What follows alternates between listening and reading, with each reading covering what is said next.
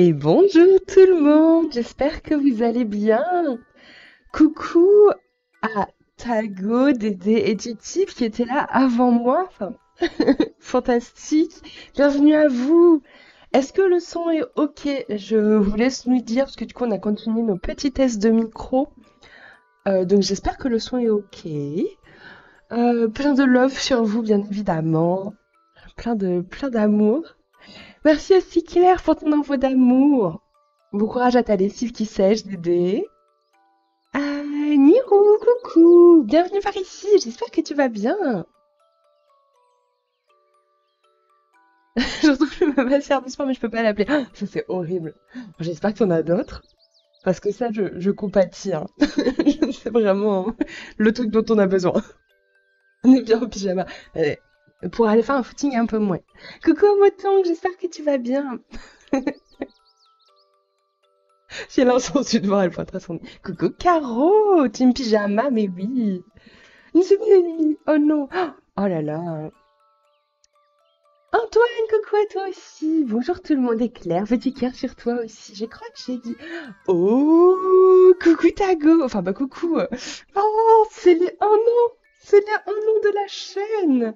Et coucou Miss Percule. Attendez, je suis un tout petit peu plus dans le chat. J'arrive. Oui, j'ai entendu le bruit des paillettes qui dégringolent du piano. Ça m'a fait rire. Bonjour. Tout très moche, mais occasionnel. Bon, on a la même. Et Dialis, coucou. Salut. Et je crois que j'ai dit bonjour à tout le monde. Non, Disten. Et coucou Disten. La musique est très basse. Ça marche. Je la monte un petit coup. Il y a des gens qui bougent ici. Je l'avais baissée parce que je voulais qu'elle soit un tout petit peu pas trop forte par rapport aux autres émissions. Mais peut-être que c'est trop bas. Oh, c'est trop bien en fait, non? Ah non, t'abonnement, d'accord. Je suis trop contente. Est-ce que ça te va si on met des paillettes sur ta paillette demain? Parce que là, j'ai pas la cam et tout. Comme ça, on fera ça tout bien demain. Un peu, j'avoue que j'ai pas envie de mettre des paillettes plein mon ordinateur. Mais c'est trop bien, je suis tellement contente. Joyeux anniversaire. Mais oui, tiens, des paillettes sur ta paillette. Un an, des paillettes. J'en ai besoin de 3 fois par semaine, donc là, c'est tendu. Mais ouais, c'est sûr que là, c'est le genre de truc. Ça et les leggings aussi, que tu laves à chaque fois. Tendu. Ok, je crois qu'on est bon. J'ai pu un peu la rebosser du coup depuis la semaine dernière, je suis contente. Est-ce que la musique c'est ok? Est-ce que le son c'est ok? C'est du coup, attends, elle est un peu trop forte pour moi, je la baisse dans mes oreilles. Leggings, short, oui, t-shirt, oui. T-shirt, oui, ça, moi, t-shirt, qu'il soit pour le sport ou d'habitude, je mets la même chose, mais. Non, pas exactement, mais presque, donc c'est vrai que je l'écoute pas, mais ouais, leggings, short, c'est vrai que ça, il les faut bien. Je n'ai pas de contre-indication de votre part, donc j'imagine que c'est tout bon. Eh bien, c'est parti! J'ai tellement de choses à vous raconter. Donc, si vous avez un sentiment de déjà-vu pour certains et certaines, c'est normal. On repart comme la semaine dernière, avec l'atout en moins, en, en moins de pourcentage, pas moins, mais moins de pourcentage. Mais j'ai modifié deux, trois trucs quand même, j'ai rebossé dessus. Ce genre de trucs, c'est bien que je le fasse une fois par mois, parce que sinon je peux passer l'année sur mon émission à retoucher des trucs. Mais let's go. Ah oui, t'as des t-shirts floqués à chaque fois. Ça te s'arrête. Posez-vous, parce qu'on commence l'émission sur l'Antiquité. On dit bonjour aux gens de YouTube. Bonjour les gens de YouTube, bienvenue sur la rediffusion. Des petites paillettes sur votre arrivée. Hop, 12 minutes, j'en retiens pour le cut. Et bien donc, let's go. Coucou de YouTube, bonjour à vous. Oh, t'as une émote spéciale YouTube, c'est trop bien ça. Du coup, c'est drôle parce que quand j'avais préparé les différentes périodes pour mettre sur la roue du hasard, pour les gens qui découvriraient le concept, à tout hasard, pardon, il y a une roue que j'ai faite en papier avec différents courants et périodes artistiques. Et à la fin de chaque émission, on tire le thème de la prochaine émission. Et normalement, sauf maladie, elle a lieu chaque dernier samedi de tous les mois. Donc là, on est le premier samedi du mois d'après parce que j'étais malade, mais voilà. Et donc la dernière fois, on a tiré l'Antiquité. Coucou Schnapp. Et là, je me rends compte que c'est une époque de l'histoire qui couvre la période d'allant de l'invention de l'écriture, donc environ moins 3300 ou moins 3200 suivant les dates, jusqu'à la chute de l'Empire romain, donc plus 476. J'ai fait, mais c'est maxi long comme période. En plus, elle est présente en Europe, en Asie occidentale et en Afrique et au nord de l'Afrique. Du coup, j'ai fait, ah, ça fait beaucoup quand même, hein. Ça fait beaucoup, beaucoup, beaucoup à faire et à dire. Beaucoup En plus, chaque pays a son approche artistique et culturelle différente. Et bonjour Numéria, bienvenue parmi nous. Des petites paillettes sur ton arrivée. Là, je me suis dit, bon, moi j'ai juste prévu de faire une émission de 3 heures à peu près. Je peux pas tout traiter. Ou alors, il faut que je fasse super rapidement sur chaque partie. Et je me suis dit, bon, aujourd'hui, je vais me concentrer sur la Grèce antique. Parce qu'en fait, moi, l'Antiquité, quand je l'ai mis sur ma petite roue, je pensais à ça. Je ne m'étais pas rendu compte de l'étendue que ça peut être. Du coup, aujourd'hui, on va faire ça. Et c'est pour ça que... Hey, nous fera ce mix à Schnapp. C'est pour ça que la belle Nénuphar a sa magnifique tenue de la Grèce antique. Et j'en profite comme ça pour vous faire découvrir ou un petit rappel pour les gens qui ne connaîtraient pas des nouveautés que j'ai mis sur Ko-fi. Alors, qui sont juste ici. Oui. Du coup, vous pouvez faire le point. Je sais que vous gérez la modération, vous êtes fantastique. Je me permets de prendre un petit temps pour vous rappeler tout ce que vous pouvez trouver sur Ko-fi. Alors, bon, ça c'est de l'artistique, c'est des tâches à compléter si ça vous amuse, mais rien à voir avec l'émission. La première à droite, c'est la frise chronologique, qui est gratuite. Vous pouvez faire un don si vous voulez, mais il n'y a aucune obligation. Vous pouvez juste cliquer dessus et la télécharger. Comme ça, vous pouvez noter au fur et à mesure toutes les périodes et tous les cours artistiques qu'on voit. Donc, celle-là, la première ici, je ne sais plus si vous voyez ma souris. La deuxième, donc au hasard de l'art soutien libre, c'est les dons pour 1 euro et plus.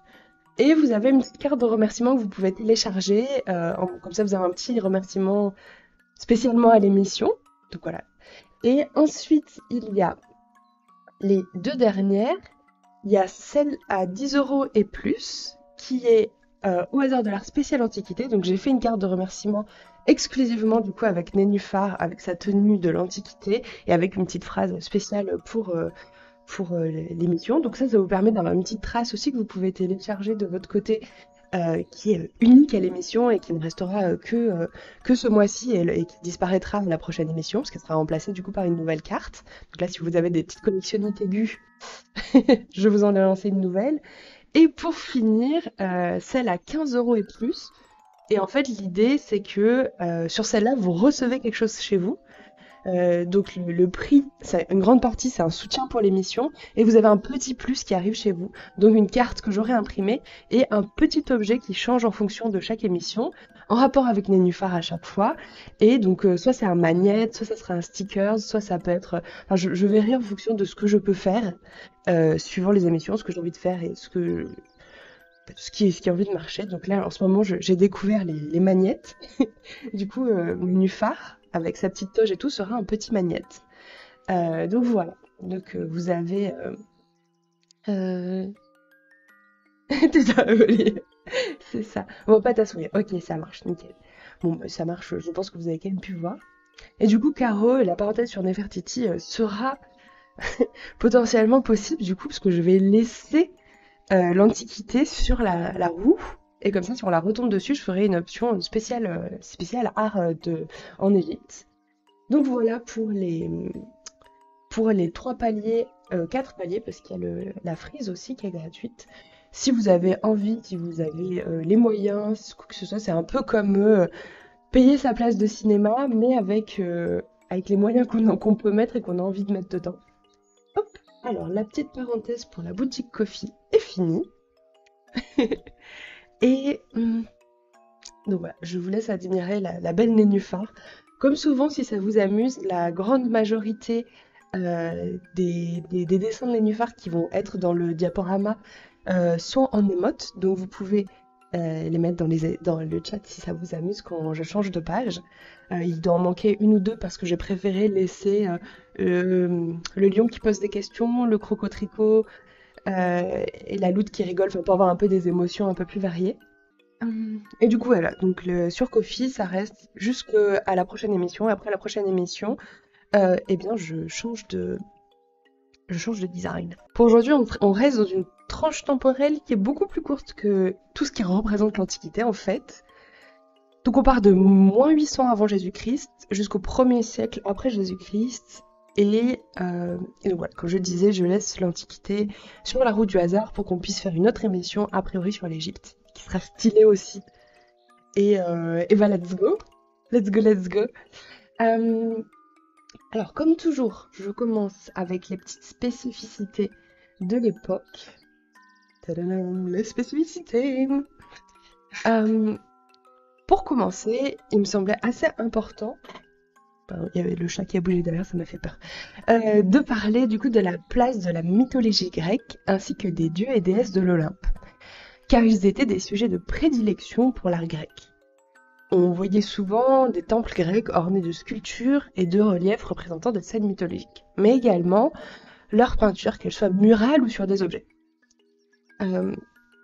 Ça faisait partie de leur quotidien en fait, tout simplement, car ils y pensaient en continu. Il y avait de nombreux rites et rituels qui avaient lieu pour ces divinités-là précisément. Ensuite, il y a la notion d'un monde idéal qui est assez important. Je vais faire des entrées pour y aller le chat. En fait, je pense que je vous lis à peu près en continu, ou je suis dans mon paragraphe et je vous lis après. Je pense que je préfère que vous posiez vos trucs quand vous avez envie. Et après, moi, je vais naviguer entre mon écran où j'ai mon soutien pour ce que je vais vous dire pour l'émission et vous. Parce que c'est quelque chose que je kiffe, tu vois, dans le fait de faire ça sur Twitch, c'est qu'on peut échanger en direct. Et n'hésitez vraiment pas à dire des trucs un peu rigolos dans le chat parce que je les lirai, ça me fera rire, même si j'interagirai pas directement dessus. Du coup, là, donc le deuxième point, donc le premier point c'était l'importance de tout ce qui est divinité. Le deuxième point c'est la sorte du monde idéal qui est par les artistes grecs. En gros, les personnages ils sont énormément idéalisés. Ils ont des traits purs et parfaits selon, alors je précise bien, selon leur perception de la beauté et de l'idéalisme, de la force et du corps humain de l'époque. Et ça se reflète énormément dans les sculptures grecques classiques. Alors on verra qu'il y a plusieurs périodes, plutôt dans les dernières périodes, où le corps il était représenté de manière très équilibrée, presque mathématique en fait, et fortement idéalisé, met un très fort accent sur l'harmonie. Et on retrouve cet accent quand même sculpture, architecture et peinture, en fait dans tout ce qui est artistique de l'époque. Donc voilà, l'équilibre, la symétrie et la proportion étaient des principes clés dans la création d'œuvres d'art. Et en fait, pour cela, ça passe par une excellente compréhension du monde qui les entoure. Parce que même s'ils cherchaient un idéal en soi, les artistes grecs, ils avaient également le souci du réalisme. Ils étudiaient attentivement la nature et tout ce qui les entourait pour capter des détails anatomiques très précis. Et bon, ça se voit beaucoup dans les sculptures, donc des dernières vagues artistiques du courant grec antique, où les muscles et les proportions, les expressions faciales, les mouvements étaient énormément travaillés et faits de manière très réaliste.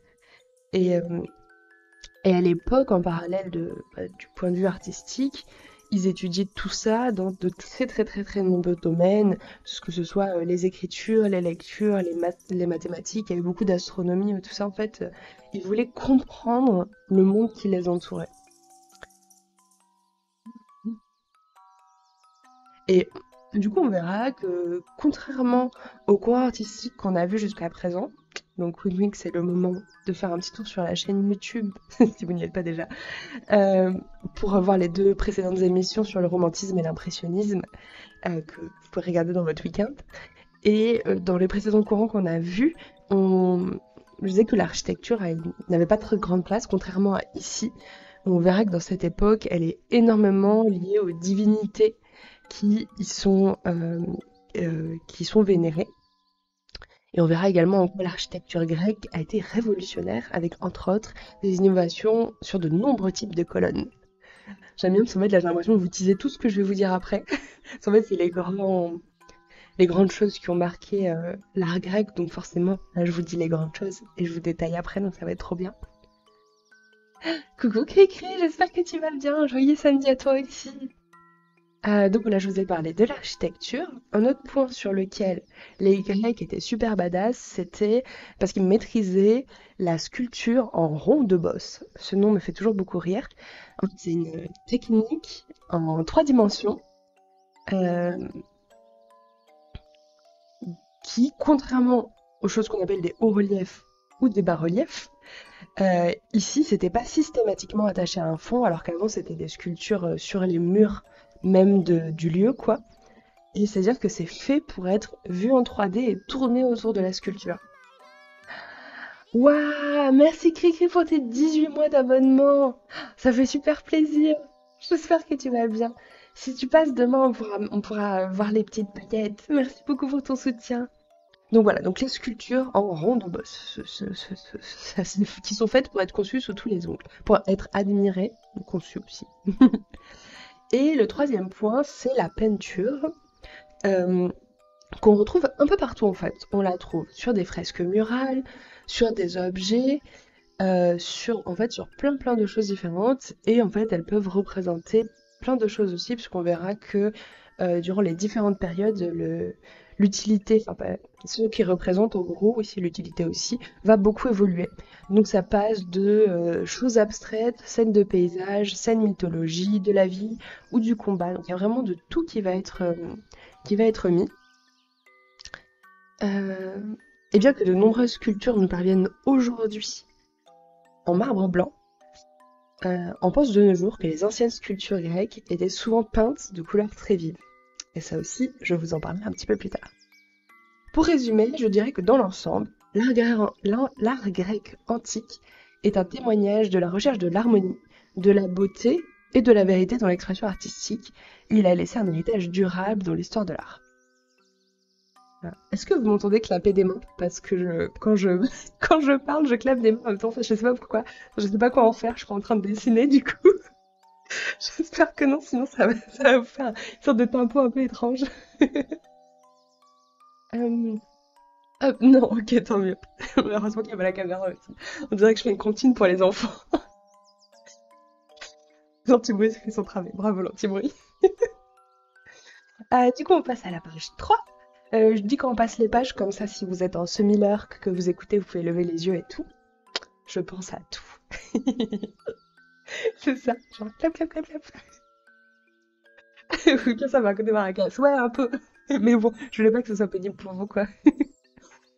Euh, donc, toujours très important pour comprendre un courant artistique, c'est particulièrement moi qui vous l'ai fait dans le désordre, c'est de comprendre tout le contexte socioculturel qui est lié à ça, savoir comment il est né, pourquoi il est né et comment il va évoluer. Donc, en fait, ça permet de bien comprendre sa cohérence et toute sa diversité. Donc, l'art grec... attendez. L'art grec trouve sa source dans les civilisations du monde égéen, qui est un ensemble de cultures de l'âge du bronze qu'on retrouve dans ce coin-là. En gros, autour de la mer Égée, je connaissais pas du tout, pas du tout. Alors, pour les gens comme moi qui sont un peu déquiches en géographie, je nous ai mis la carte en bas à gauche. Et en gros, c'est dans le coin de la mer Noire. Et euh, bien que très éclaté, le monde grec est organisé en colonies, puis en cités qui se développent tout autour du bassin méditerranéen. Les chercheurs trouvent qu'il reste assez unis par un seul et même langage artistique. On le retrouvera bien sûr décliné à travers les siècles et les régions. Euh, pour se focaliser un peu plus sur notre Grèce, parce que là je vous parlais de tout assez largement, on va y distinguer 4 grandes phases de l'art grec. La période géométrique, celle qui est la période géométrique, la période archaïque, la période classique et la période hellénistique. Je vous ferai également, enfin, il y a prévu une page pour vous parler de chaque. Et là, en gros, on va continuer dans le contexte socioculturel. Je vais vous développer un petit peu toutes les choses qui sont importantes à savoir. En gros, je me suis dit, c'est comme si je faisais un cours très très très accéléré sur la Grèce antique, quelles sont les spécificités majeures. Et n'hésitez vraiment pas, s'il y a quelque chose que je vous dis qui vous semble pas très clair, posez la question. Vous pouvez aussi me dire, est-ce que tu peux redire ce que tu viens de dire si vous n'avez pas bien entendu quoi. Vraiment pas de souci, hein. Moi je suis là pour échanger avec vous. Je me le rappelle souvent, mais c'est important pour moi que vous compreniez, enfin que vous vous sentiez libre d'interagir quand vous le sentez. Alors, déjà la Grèce antique était constituée de nombreuses cités-États indépendantes, chacune avec son propre gouvernement, ses lois et ses coutumes. Les cités grecques les plus célèbres comprenaient Athènes, Sparte, Thèbes et Corinthe. Ces divisions en cités-États ont contribué à une forte concurrence mais aussi une grande diversité culturelle. On y voit l'émergence de la démocratie, un style politique développé par Athènes dans lequel les citoyens, bien que limités à une élite masculine, avaient le droit de participer aux décisions gouvernementales. Euh, les Grecs étaient d'habiles navigateurs et commerçants. Ils ont établi des colonies à travers toute la Méditerranée, diffusant leur culture, leur savoir et leurs échanges. Dit comme ça paraît un peu magique, mais tout ça se fait rarement dans la paix. C'est pour ça que la Grèce antique était très souvent en proie à de nombreux conflits, et ces guerres ont eu un impact majeur sur la politique et la culture grecque. Et en général, c'est un lot, la société grecque reposait en grande partie sur l'esclavage. Ces derniers étaient utilisés pour le travail manuel, ce qui permettait aux citoyens libres, donc on rappelle une élite masculine, de participer à la vie politique et culturelle. Donc ça, c'est sur le point vraiment politique. Après maintenant, petit point sur la philosophie. On verra que tout est un peu lié sur comment ça impacte l'art aussi. La Grèce antique était le lieu de la naissance de la philosophie occidentale. Des penseurs comme Socrate, Platon et Aristote ont développé des idées sur la morale, la politique, la connaissance et la métaphysique, qui ont exercé une influence durable, parce qu'on continue à les connaître et en parler de nos jours.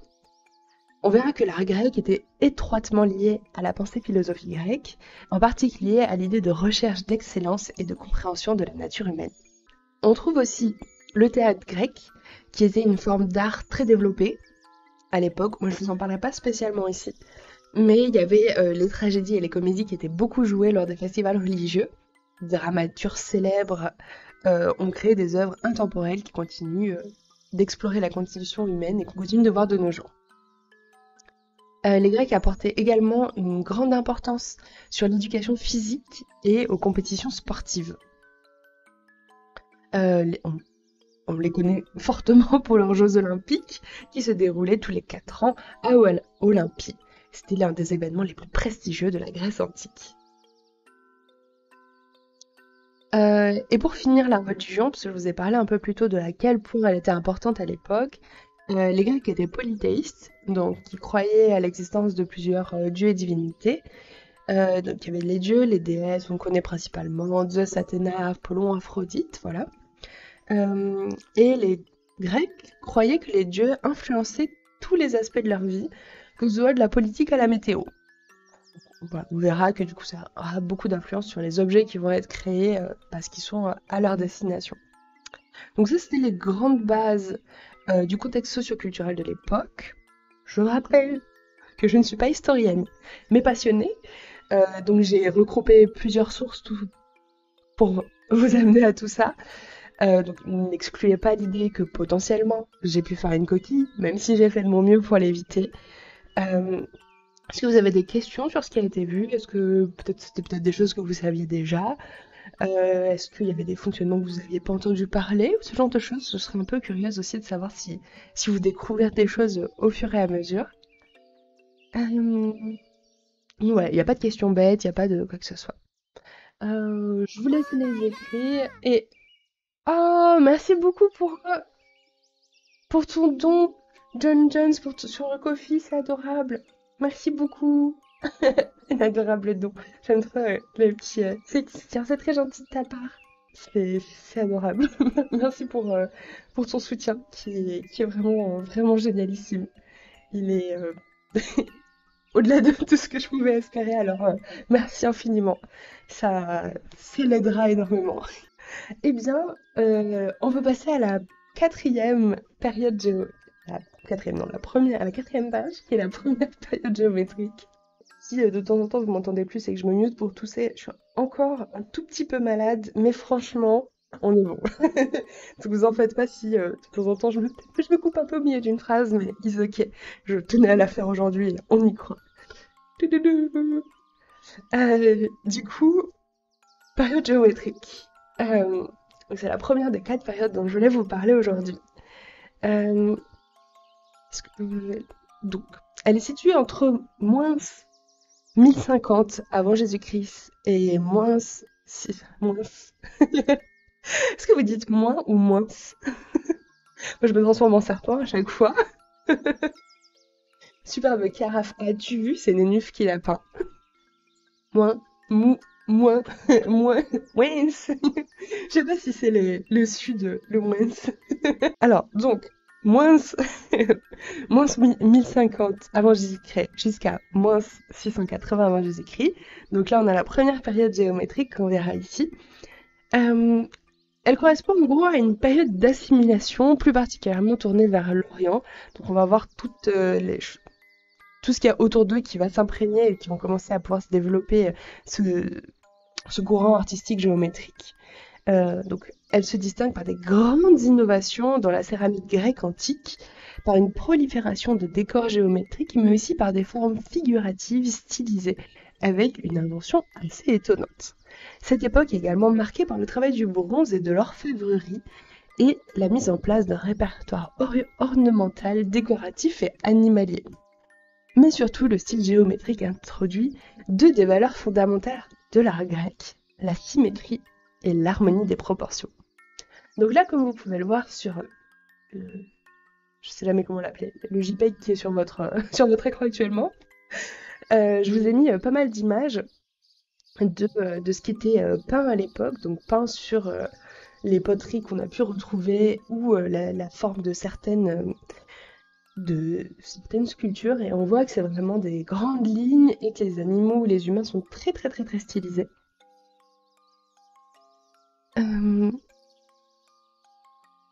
Ça marche, j'espère qu'elle est bon courage pour les ménages. Bah si tu veux en apprendre un petit peu plus sur l'Antiquité dans tes oreilles, ce sera avec grand plaisir. Donc voilà, comme je vous disais, la poterie joue un rôle central dans la culture matérielle de la Grèce.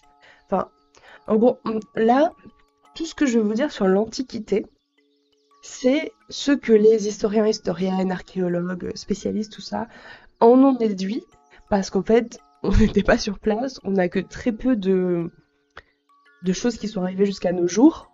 Donc là, tout ça, c'est ce qu'on suppose. Si ça se trouve, dans 50 ans, on fera grave des découvertes. On découvrira que tout ce qu'on savait de nos jours, c'était complètement, je vais dire has-been, c'était complètement à côté de la plaque, quoi.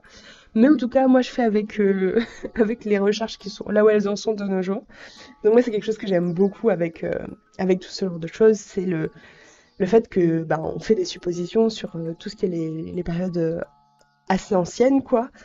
Et on est toujours dans ce flou artistique de se dire ok, a priori parce que ça va être comme ça. Et en même temps, moi quand j'étais à l'école, j'avais appris que les statues elles étaient blanches parce que ça représentait la pureté, parce que nanana. Et de nos jours on apprend qu'elles sont pas du tout blanches, et du coup tout ce que j'avais appris à l'école ça n'a plus de sens.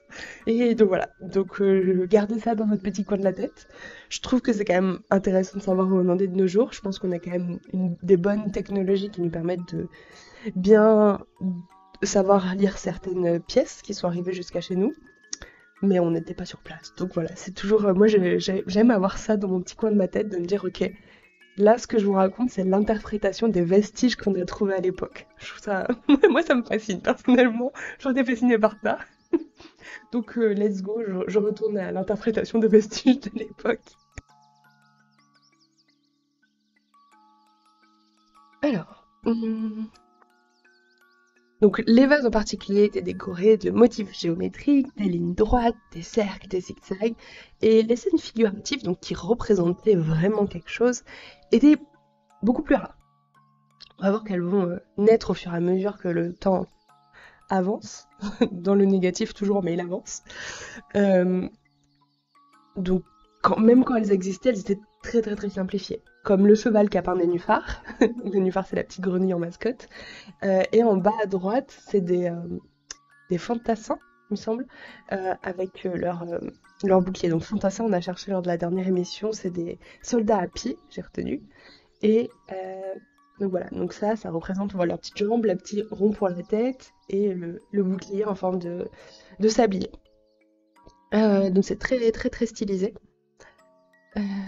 Et on sait que de nombreuses œuvres de la période géométrique ont été retrouvées dans un contexte funéraire, que ce soit pour des rituels de mise en mort, enfin de mise en mort, oui, enfin, des rituels funéraires, ou pour la commémoration après pour les morts.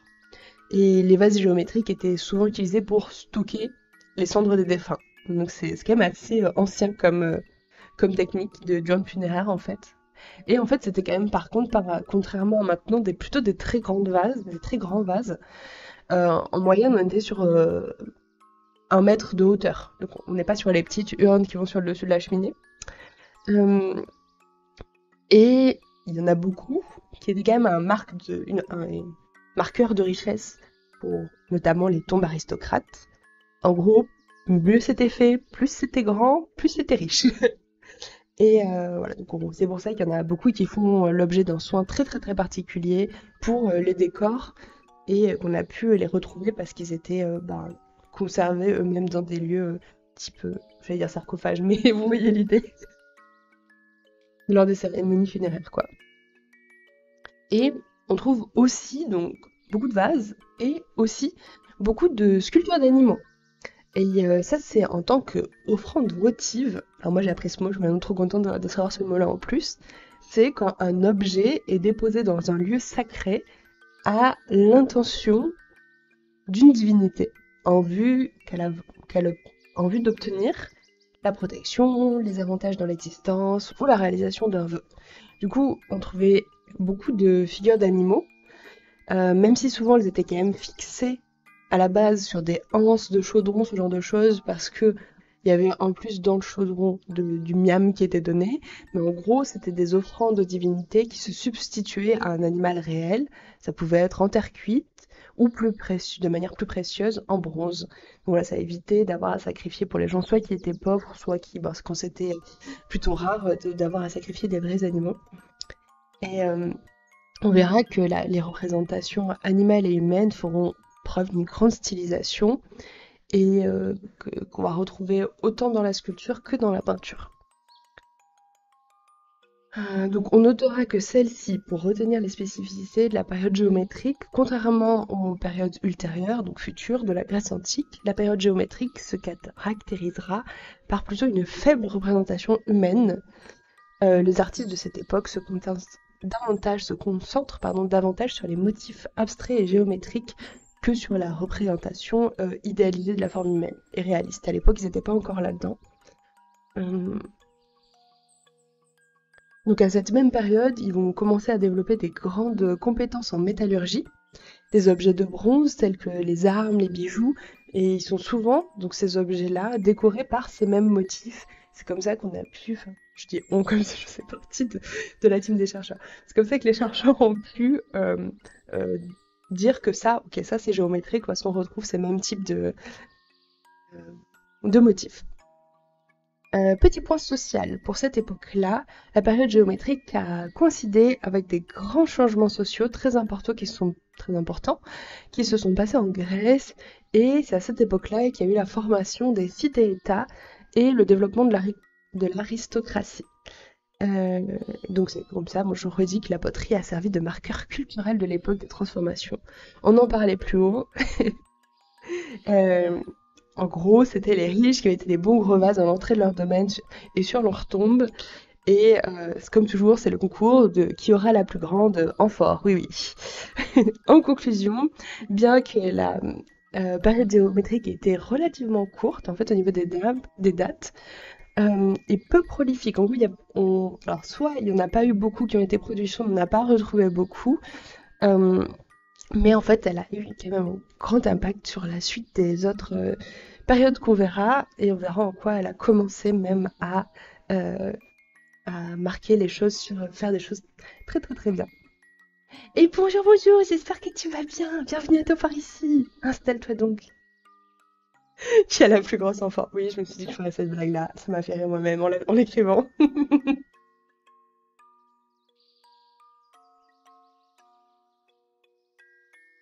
Alors, pour la période géométrique is OK, on passe maintenant page 5 sur la période archaïque. C'est pas mal parce que si on m'avait demandé avant que je fasse cette émission de placer la période archaïque, j'aurais clairement pas dit qu'elle était là. Ensuite vient la période archaïque. On la situe généralement entre moins 800 avant Jésus-Christ et moins 480 avant Jésus-Christ. Cette période a été caractérisée par d'importants développements sociopolitiques, artistiques et culturels. Donc là, c'est le moment où, vu que c'est né dans la précédente période, dans cette période-là, c'est la montée en puissance des cités-États, qui étaient des entités politiques et culturelles autonomes, avec leurs propres lois, institutions et systèmes politiques. Les cités-États de la Grèce archaïque ont expérimenté divers systèmes politiques. On verra qu'ils ont fait monarchie, oligarchie, donc gouvernement qui est fait par une petite élite, tyrannie, gouvernement par un individu qui a pris le pouvoir illégalement. Et c'est aussi à cette époque qu'Athènes commence à développer ses institutions démocratiques. Au même moment, les Grecs ont entrepris d'importantes vagues de colonisation pendant la période archaïque, établissant des colonies en Méditerranée et en mer Noire. Ces colonies ont contribué à diffuser la culture grecque et à favoriser le commerce. C'est pour ça en fait qu'on retrouve l'art grec vraiment partout dans le bassin méditerranéen. Et c'est très très rare en fait que des courants artistiques soient autant géographiquement développés, alors sauf avec nos ères avec l'internet, mais surtout pour une période aussi ancienne. Et en fait, ça vient de toutes les colonies qu'ils ont fait. Et en fait, ça a de l'importance parce qu'on verra qu'à cette époque, il y a beaucoup de sculptures, de peintures et d'objets en rapport avec la guerre. Donc voilà, la période archaïque, elle a été beaucoup marquée par ça. Et là, on commence par voir les premières représentations de la figure humaine, et surtout, elle se codifie. Et donc, elle est globalement articulée autour d'un couple modèle qui est composé d'un kouros, qui est un homme nu, et de la choré, qui est une femme habillée. Donc, c'est les deux personnages qu'on voit à gauche, sous Nénuphar qui lit le livre.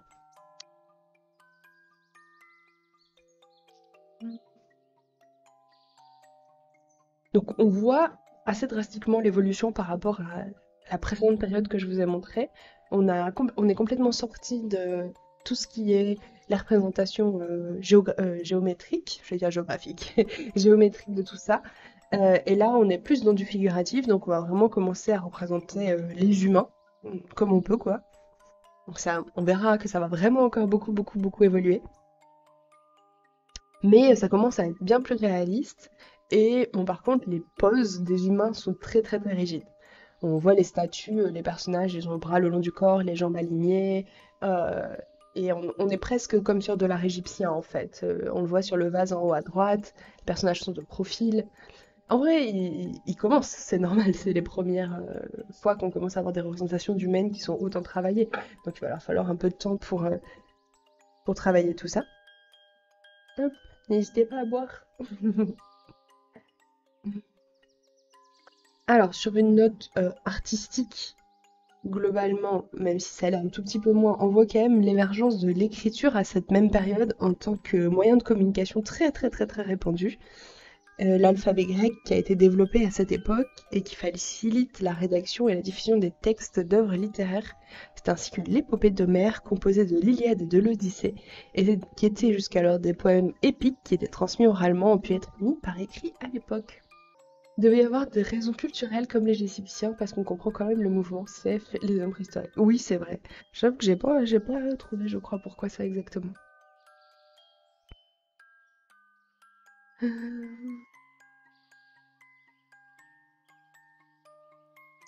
Le sanctuaire est par ailleurs, dès le 8e siècle avant Jésus-Christ, le lieu presque exclusif d'épanouissement de l'art. Tout entier tourné vers sa fonction religieuse, l'art grec est en effet profondément sacré. L'architecte, comme le sculpteur et le peintre, sont toujours au service de la vie votive, c'est-à-dire pour faire des temples, des frontons, des portiques, des trésors, des monuments, des offrandes, tout ça. Et contraints par des règles très strictes qui déterminent l'iconographie et la fonction des œuvres, les artisans font preuve d'une ingéniosité extraordinaire et qui renouvellent sans cesse les formes et améliorent leur technique. Conscients de leur acte créateur, ils sont d'ailleurs nombreux à signer leur production et bénéficient au sein de la société une position très respectable. Les artisans et les bronziers sont placés sous la protection divine d'Athéna et d'Héphaïstos. C'est vrai que c'est rare de trouver des choses qui étaient vraiment signées, mais apparemment à l'époque on a pu en retrouver beaucoup. Donc la religion avait vraiment un rôle très central dans la vie des Grecs à l'époque archaïque. Les dieux et les déesses étaient vénérés à travers tous les cultes religieux, les rituels et les sanctuaires étaient rédigés en leur honneur. Je vous fais un petit point après, juste après pour vous présenter tout ça en détail. Donc, là j'arrive sur la fin de la présentation de la période archaïque. On voit qu'elle a préparé le terrain pour la période classique qui vient après, qui est la période qu'on connaît le plus de nos jours, enfin, je pense, qui a été marquée par des développements artistiques assez incroyables, politiques et culturels assez significatifs. C'est une époque de transition où on voit vraiment qu'on va quitter des arts dits plus primitifs pour aller vers des arts dits plus classiques. Enfin, on les appelle comme ça, quoi. Alors, let's go la page sur l'art classique. Là, je pense que vous allez trouver des petites similitudes avec ce que vous connaissez. Le placement de Nénuphar m'a fait beaucoup rire sur cette page. Je vois un petit peu.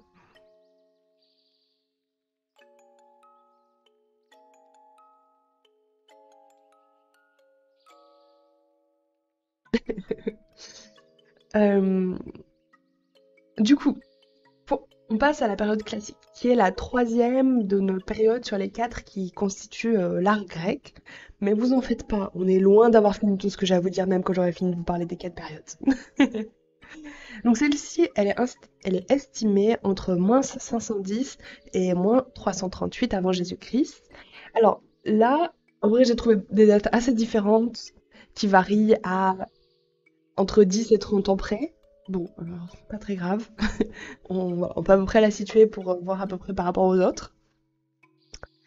Et en fait, ça dépend parce que des différents trucs que j'ai trouvés, ils prenaient pas les mêmes critères pour définir quand est-ce que c'était le début ou quand est-ce que c'était la fin. Je me suis dit qu'on était peut-être... Je crois pas qu'on va trop tarder des dates par ici, donc ça nous donne juste une idée globale, ça marchera très bien. Mais donc voilà, si vous trouvez d'autres dates sur internet, c'est normal, j'ai fait une moyenne de toutes les dates que j'ai trouvées. Donc la période classique, c'est un véritable âge d'or de la civilisation grecque. Cette époque se caractérise par l'hégémonie, donc c'est la suprématie d'un État et d'une nation sur les autres, d'Athènes, qui était le centre de la vie intellectuelle, politique et artistique de la Grèce antique, et était à l'apogée de sa puissance et de sa prospérité. Donc elle avait beaucoup de choses à produire, à prouver, et c'est pour ça qu'il y a eu autant de créations à cette époque-là. Donc c'est ce que j'ai écrit après, c'est ainsi pour ça qu'il y a eu un si grand développement de la production artistique. De nombreux travaux sont entrepris sous Périclès, dont les fameux concernant la construction de l'acropole, qui fut malheureusement saccagée par les Perses en 480 avant Jésus-Christ. Mais on en trouve pas mal de vestiges, c'est vrai que l'acropole d'Athènes est assez connue. Peut-être, je sais pas si on a parmi vous qui ont déjà fait des voyages à Athènes. J'avoue que ça me dirait bien peut-être un jour d'aller faire un tour. Ça a l'air assez cool. Deux tendances se développent en parallèle. D'une part, la recherche d'une harmonie parfaite, qui se traduit notamment par la mise en place du canon de Polyclète, qui règle les proportions idéales du corps humain, en adéquation avec les sujets représentés, les dieux, les héros et les athlètes. C'est comme les hiboux. D'autre part, le goût pour l'illusion et la représentation de la réalité se lie dans la pratique très poussée de l'imitation de tout ce qui est bon.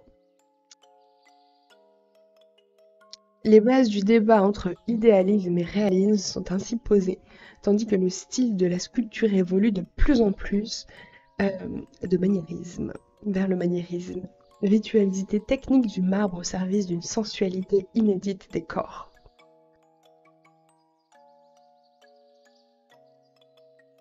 Alors, au niveau de l'architecture également, la période classique a produit certaines des œuvres d'art et des architectures les plus célèbres, donc le Panthéon est des exemples les plus emblématiques de l'architecture classique grecque, avec ses colonnes doriques et ses sculptures fines, que je vous montrerai en détail juste après.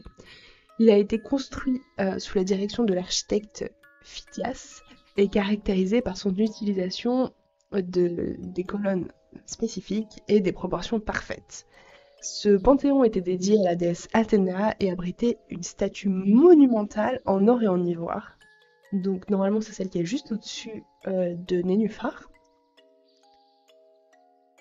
Et on verra que c'est à cette époque-là qu'il y a trois types vraiment de colonnes qui se sont séparées et que chacune avait des utilisations bien propres en fonction des bâtiments bien spécifiques. Il y a des règles, c'est bien carré, tout ça, tout ça. Comme je disais, la sculpture grecque classique était caractérisée par une idéalisation de la forme humaine.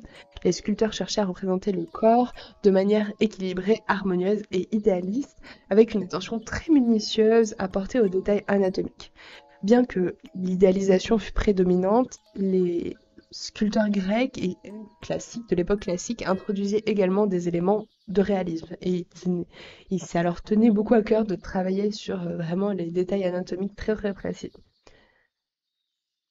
Et en fait, à cette époque, on le voit sur toutes les statues où on voit le corps, donc celle qui est juste en face de Nénuphar et celle en haut à droite, par exemple, on voit qu'elles sont prêtes à s'animer, en fait. Il y a le mouvement qui a été introduit dans les statues et ça change beaucoup de choses par rapport aux précédentes qui étaient très très figées. Et en fait, il y a beaucoup en fait, de statues aussi qui donnaient l'impression d'interagir avec leur environnement. C'est assez incroyable à voir quand on les voit dans leur lieu. Enfin, beaucoup de reconstructions, parce que de l'époque, il nous reste plus grand-chose en entier. Donc, toutes ces statues, bien évidemment, sujet mythologique, tout ce qui est l'Iliade, l'Odyssée, les dieux, les héros, ça c'était vraiment ce qui faisait le plus. Et c'est à cette époque aussi qu'on va voir que les drapés dans les vêtements étaient sculptés avec une très très grande maîtrise pour donner l'impression de légèreté et de fluidité. C'est vrai qu'on le voit là sur la statue d'Athéna, c'est assez incroyable à chaque fois de voir comment ils arrivent à maîtriser en fait, tous les rendus textureux, que ce soit la peau, le métal, les habits, en sculptant du marbre, quoi. C'est quand même vachement solide, je sais pas si vous avez essayé, mais c'est quand même vachement dur. Donc les frises sculptées, donc l'inverse de ronde-bosse, étaient très courantes quand même à l'époque et racontaient souvent les histoires mythologiques ou les événements historiques. Je me dis ça doit être pratique s'il y avait des personnes qui étaient aveugles, ça fait des trucs en relief. Hum, la frise du Panthéon est l'un des exemples les plus célèbres des reliefs classiques. Est-ce que je nous l'ai mise? Non, je ne l'ai pas mise. J'avais hésité, mais il n'y a plus de place. Donc l'art grec classique est souvent considéré comme un modèle d'équilibre, de beauté et d'harmonie, et il a laissé un héritage classique durable qui continue d'influencer les articles et les architectes du monde entier. Et on verra, alors ça, petit point après, ça se passe pas maintenant dans la timeline, mais la culture grecque s'est énormément répandue à travers le monde avec toutes les conquêtes d'Alexandre le Grand. Euh, Créant un empire hellénistique qui a influencé des régions très très très très éloignées de la Grèce. Et c'est pour ça qu'en fait, dans le style architectural grec, on le retrouve énormément dans tout le bassin méditerranéen et même jusqu'à très très loin. C'est pour ça qu'il a autant d'influence mondialement en fait. Donc, ça c'était l'âge d'or. Et maintenant, on passe à la quatrième partie. Donc, je change de page si vous voulez regarder. On passe à la période hellénistique, qui est la quatrième des grandes périodes dont je vais vous parler. Coucou Possession, j'espère que tu vas bien. Merci pour l'abonnement offert. Installe-toi donc et bienvenue parmi nous. Chaud. Ok, cœur sur toi. Alors, quatrième période, la période hellénistique. Donc celle-ci, ce sera à peu près de moins 338 jusqu'à moins 31 avant Jésus-Christ. Il poursuit cette voie du développement et de l'art particulièrement excessif, avec un goût pour le mouvement et une attention portée aux détails et à l'émotion. Alors en fait, ils sont allés encore plus loin. C'est-à-dire que sur celle d'avant, on avait des corps qui étaient vachement bien sculptés. Là, ils ont fait on fera plus. On fera tout plus. Alors ça, c'est vraiment les sculptures qui sont torsionnées dans tous les sens. Et là, il y a beaucoup, beaucoup, beaucoup d'émotions qui passent. De trahison, il faut que je l'attrape, il faut que je machin. C'est dommage qu'on ait plus trop les bras, mais j'imagine qu'avec les bras, ça devait vachement rendre encore mieux.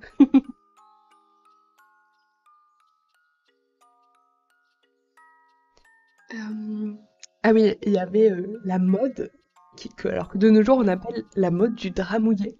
C'est-à-dire que les dratures... Dratures? Non, c'est pas ça le mot. Ah, les drapés, on va rester sur ça comme mot. Que les drapés... Pardon, je me suis perdue dans tous les mots que je voulais dire en même temps.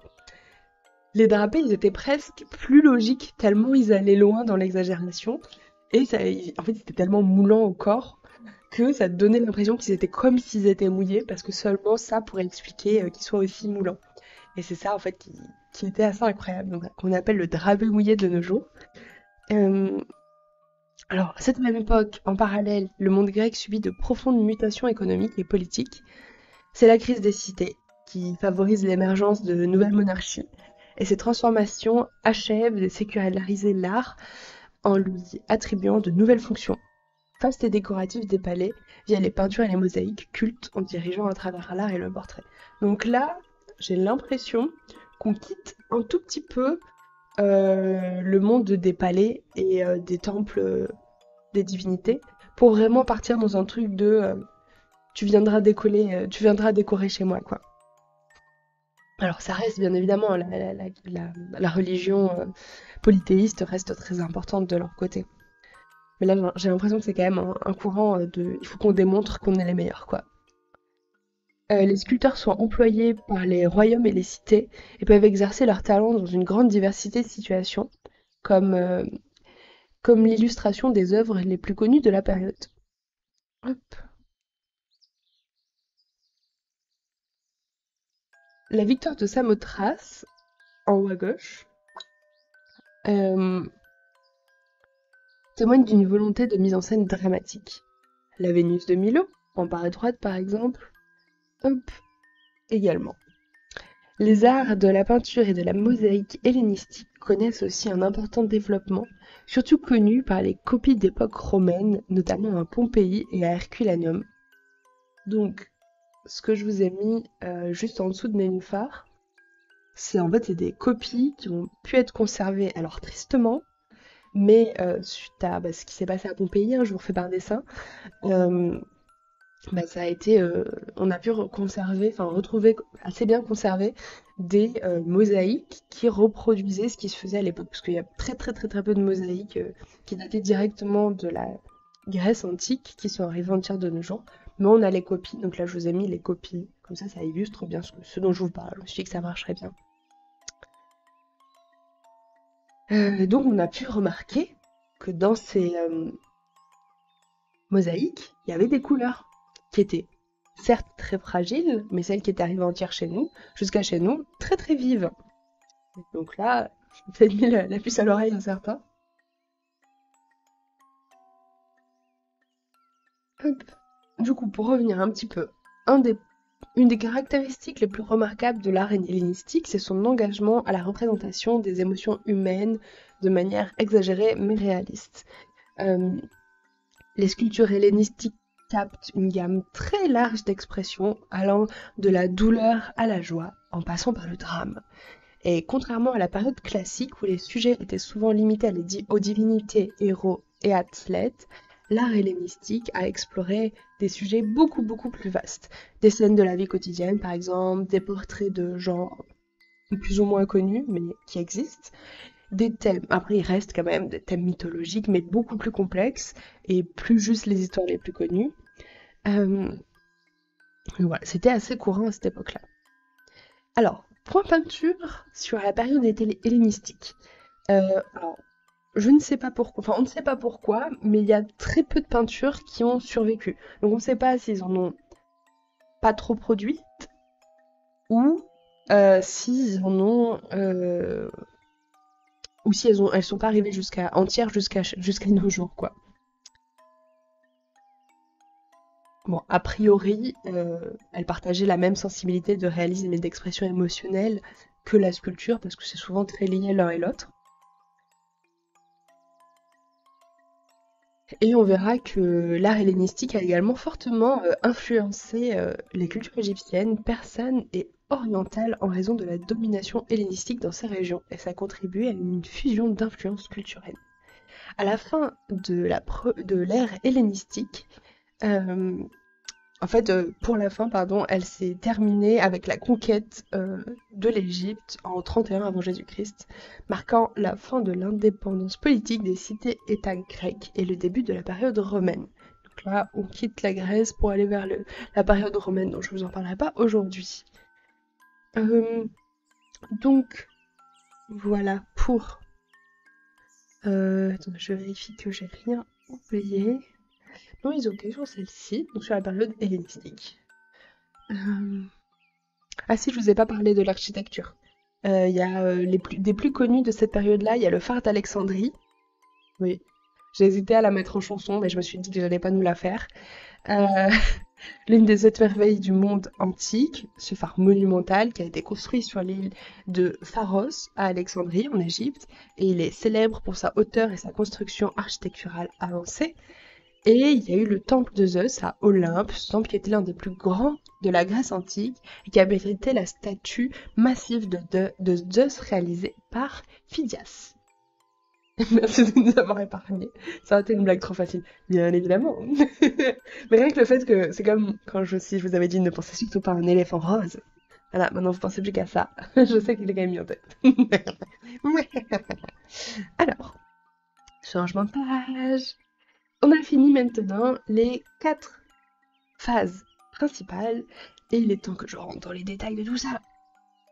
Installe-toi bien. Hop.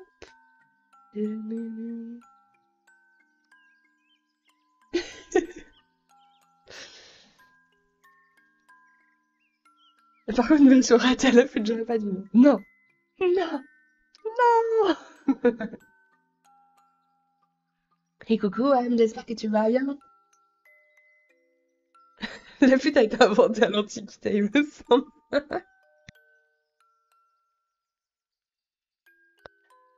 Alors là, je vais vous faire un petit point sur l'Antiquité. Attendez. Pas du tout sur l'Antiquité, ça l'Antiquité, je le fais depuis le début de l'émission. Sur l'architecture, je suis perdue dans mes mots. Donc, voilà, nous y voilà enfin au passage où je vous parle plus en détail de toutes ces variations, courants et spécificités dans l'architecture de la Grèce antique. Il y en a 3. Là, j'aime bien faire des petits sous-chapitres sur mes chapitres. Donc, je vais vous parler des 3 en détail. On va commencer par... Ouais, pour ta défense. Mais on est en France ici. Non, on est en Grèce actuellement. Euh, Le style dorique. Ce sera le petit premier dont je vais vous parler ici. C'est le style le plus ancien et le plus sombre. Le plus sobre, pas sombre. Coucou Létine, j'espère que tu vas bien. Alors, là, le chapiteau, il est très simple. Et on dit à échine plate. En gros, c'est tout nu et c'est sans décor. Vraiment, il faut retenir ça. Le style dorique, c'est vraiment les plus simples. Les colonnes, elles sont globalement assez épaisses. Alors là, pour les fans de proportion, je nous les ai mis à chaque fois parce que ça m'amusait. La proportion entre le diamètre de la base et la hauteur de la colonne est de 1/6. Euh, et après, dedans, il y a des petites... La reine est quand même en retard. J'ai perdu ma ligne. Ah oui, alors ça, il y a aussi des petites histoires. euh, des petites histoires de cannelure, ça m'a fait rire. C'est les petits traits qu'on trouve un petit peu partout sur ces colonnes. Et coucou dans l'arcade. Ah, trop bien, mais j'espère que t'as kiffé ton salon Vlotine. Si t'as trouvé des dingueries, n'hésite pas à nous les mettre dans le Discord, ce sera avec plaisir. Et donc, sur le style dorique, on voit particulièrement, je vous montre des trucs sur mon écran, mais vous ne voyez pas ce que je vous montre avec mon doigt sur mon écran. À droite, au-dessus de Nénu, sur le dessin en noir et blanc, on voit qu'en bas, il y a les marches, les poupes, on passe directement à une colonne. Mais il n'y a pas de socle. Les colonnes, elles sont posées à même les marches, à même le sol, en fait. Donc ça, vraiment, quand je vous disais style dorique, on est simple, simple, simple.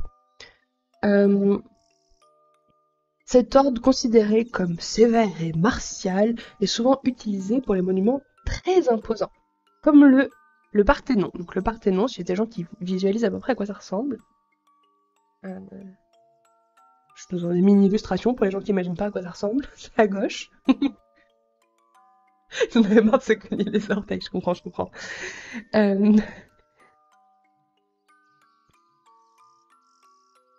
Ouais, ça m'a fait rire quand j'ai découvert ça. Les mesures de colonne, elles sont assez précises. Donc Vitruve, là je parle du gars Vitruve, pas le dessin l'homme de Vitruve, mais Vitruve, le gars qui a fait le dessin, dit que ceux qui l'employèrent en premier mesurèrent le pied d'un homme et trouvant qu'il était la sixième partie de la hauteur du corps, ils appliquèrent à leur colonne cette proportion. Quel que fût le diamètre de la colonne à son pied, ils donnèrent à la tige, y compris le chapiteau, une hauteur égale à 6 fois ce diamètre. Voilà. Est-ce que vous êtes tous très contents de savoir ça? Bref, moi je trouvais ça dingue. Ça, je vais juste vous passer un temps, vous extasiez, vous me voyez m'extasier, pardon. Et donc là, on est vraiment, on continue dans le délire de la perfection, de trouver le truc le plus parfait des Grecs. C'est scientifique. Elle est où quoi, Enora? Donc ça, c'est pour le style dorique. Donc vraiment, les mots à retenir, c'est proportion, simplicité. Tu peux résumer, c'est un sixième. C'est un sixième. Proportion entre le diamètre de la base et la hauteur de la colonne, c'est un sixième. Le résumé. Alors, ensuite, on passe au prochain style. Oh, perdu mon diapo. Diapo. Style ionique. Donc, on est au deuxième sur les 3 styles que je veux vous présenter aujourd'hui. Les caractériser par ces chapiteaux à volutes. Et parce que ceux-ci ne sont plus ornés de 20 cannelures, mais de 24 cannelures. Attention. Bref. Du coup, ça m'a fait beaucoup rire. Euh, donc là, on voit que le haut des pépitos, ils sont plutôt très très très travaillés, vraiment au précédent. Euh, et on trouve aussi parfois des groupes de cariatides. Donc ce sont des statues de femmes, souvent vêtues de longues tuniques. Et c'est celle qu'on voit en bas à droite. Je la trouve trop belle cette photo. Merci, merci, merci, c'est la petite Nénuphar, c'est la mascotte de l'émission. Donc, le haut c'est moulé, mais le bas c'est aussi moulé. Mouluret, même mouluret, je dirais même plus. Donc là, vraiment, le style ionique, donc il y a le deuxième style qu'on voit apparaître après. Euh, En fait, c'est pas vraiment après, ils sont quand même beaucoup mélangés et pour des types de bâtiments assez différents. Euh, donc les plis des vêtements, des toges des femmes qui tiennent le monument rappellent en fait les plis qu'on trouvait dans les colonnes. Vous voyez je vous ai mis donc l'image à droite avec les cariatides, donc les femmes qui tiennent le bâtiment, et en haut à gauche sur le zoom sur le haut du chapiteau avec le fond bleu, on voit qu'il y a des petits stries sur les colonnes et en fait elles sont censées C'est être en similarité.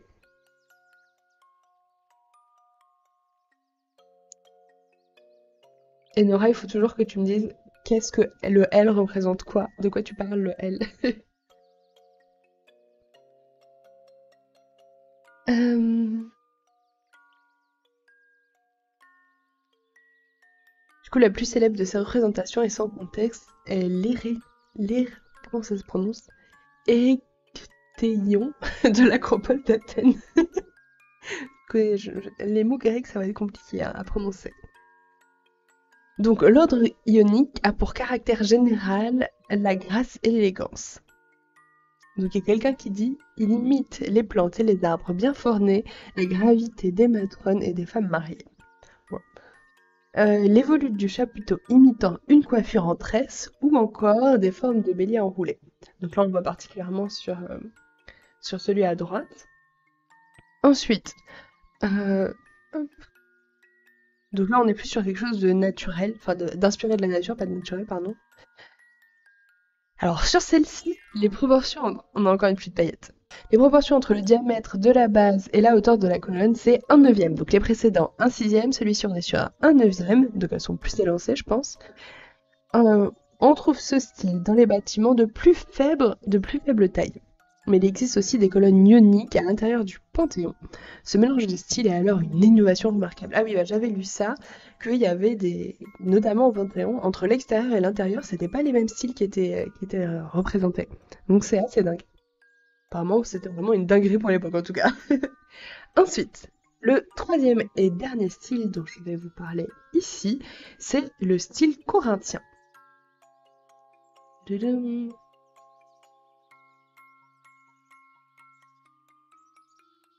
Alors là, le style corinthien, on est sur quelque chose d'encore plus décoré que le précédent. Là, vraiment, il y en a partout. T'en veux plus? Tiens, prends-en encore plus. T'en veux encore plus? Prends encore. Le chapiteau, donc ce qui est tout en haut de la colonne, est orné de motifs végétaux qui évoquent très très très très souvent des plantes, des feuilles d'acanthe, pardon, qui est une plante méditerranéenne aux feuilles très découpées. Les Grecs l'utiliseront très peu, mais les Romains le reprendront très très très très très très largement à leur compte. On l'emploie pour des bâtiments moins imposants, donc qui ont une plus petite taille, mais qui sont très très très très très précieux. L'ordre corinthien est le dernier des trois ordres architecturaux grecs, dont le caractère est surtout déterminé par la très très très grande richesse des éléments et un chapiteau décoré de 2 rangées, pas une, mais 2 rangées de feuilles d'acanthe. Si la forme évasée et la décoration végétale qui caractérisent le chapeau corinthien firent leur apparition en Égypte et dans d'autres contrées d'Orient avant d'être adoptés par les Grecs, ceux-ci ont le mérite d'avoir épuré et enrichi les types préexistants, ainsi que les avoir appliqués à un nouvel ordre architectural. Donc en résumé, les premiers, hyper épurés, les deuxièmes, avec des spirales, et les troisièmes, avec des plantes. C'est vraiment... Je vais rajouter cette page, je suis trop contente d'avoir pu la rajouter au final. Et je vous mets ça aussi. Donc, je vous avais parlé de la couleur des statues. Et tadam. Alors, mais oui, hein, c'est tellement perturbant de voir comment ça se... Bah la couleur, c'est... Oh, choquée. Dans les musées, comme sur les sites archéologiques, elles sont immaculées. Bah écoute, je suis désolée, ils ont pas trouvé trop de pigments verts, mais on n'a qu'à dire que c'est parce qu'ils survivent pas très bien, Caro. Pourtant, les statues en marbre grec et romaine n'ont pas toujours été blanches. Elles arboraient au contraire de vives couleurs, du rouge pourpre au bleu égyptien, en passant par l'ocre et même de l'or. Pour les Grecs, les statues non colorées étaient d'ailleurs considérées comme inachevées. Loin de draper leurs temples et leurs statues d'un manteau uniformément blanc, les anciens Grecs raffolaient de la couleur. Et en fait, de nos jours, grâce en partie à des représentations en 3D, la réalité augmentée et des simulations, on a pu imaginer et faire des versions pour voir ce que ça ce que ça rendrait avec les couleurs qui ont été trouvées. Du coup, tout est parti d'un archéologue allemand. Je ne veux vraiment pas. Si est-ce que je vais oser faire son prénom? Vinzenz Brinkmann. C'était moins dur que ce que ça paraissait. Il s'est pris de passion pour cette face méconnue de l'histoire occidentale. Depuis les années 1990, 1990 pour nos amis, il traque, grâce à des lampes à ultraviolet et des lampes infrarouges, la présence de pigments sur la surface des marbres antiques. L'objectif est de réaliser des répliques polychromiques de ces vestiges et après pour les présenter lors d'une exposition au grand public. God is Color.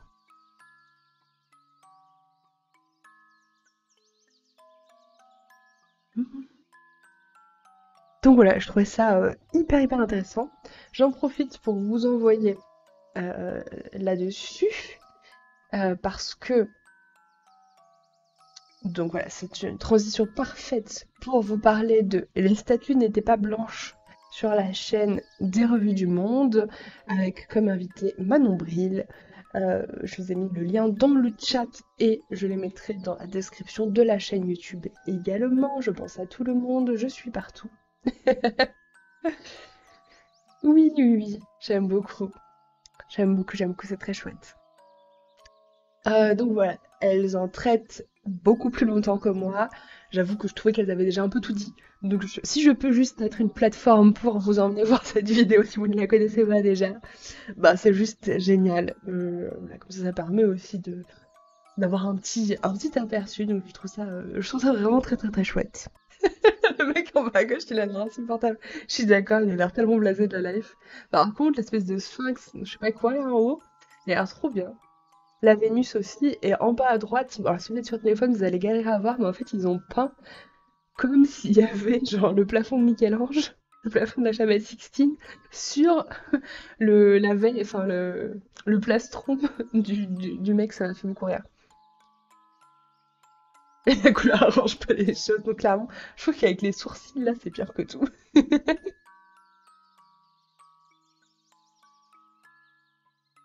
Euh, Alors, next one. Donc là, je commence à vous parler un petit peu de certains artistes de manière individuelle, puisque pour l'instant, je vous ai parlé des 4 courants artistiques de la Grèce antique, des 3 ordres, enfin des 3, oui, c'est bien les ordres, bon, des 3 courants dans l'architecture. Donc là, c'était euh, c'était large. Et maintenant, on va cibler. On va faire un petit zoom sur un artiste. Je trouverai avec cette petite loupe, genre zoom.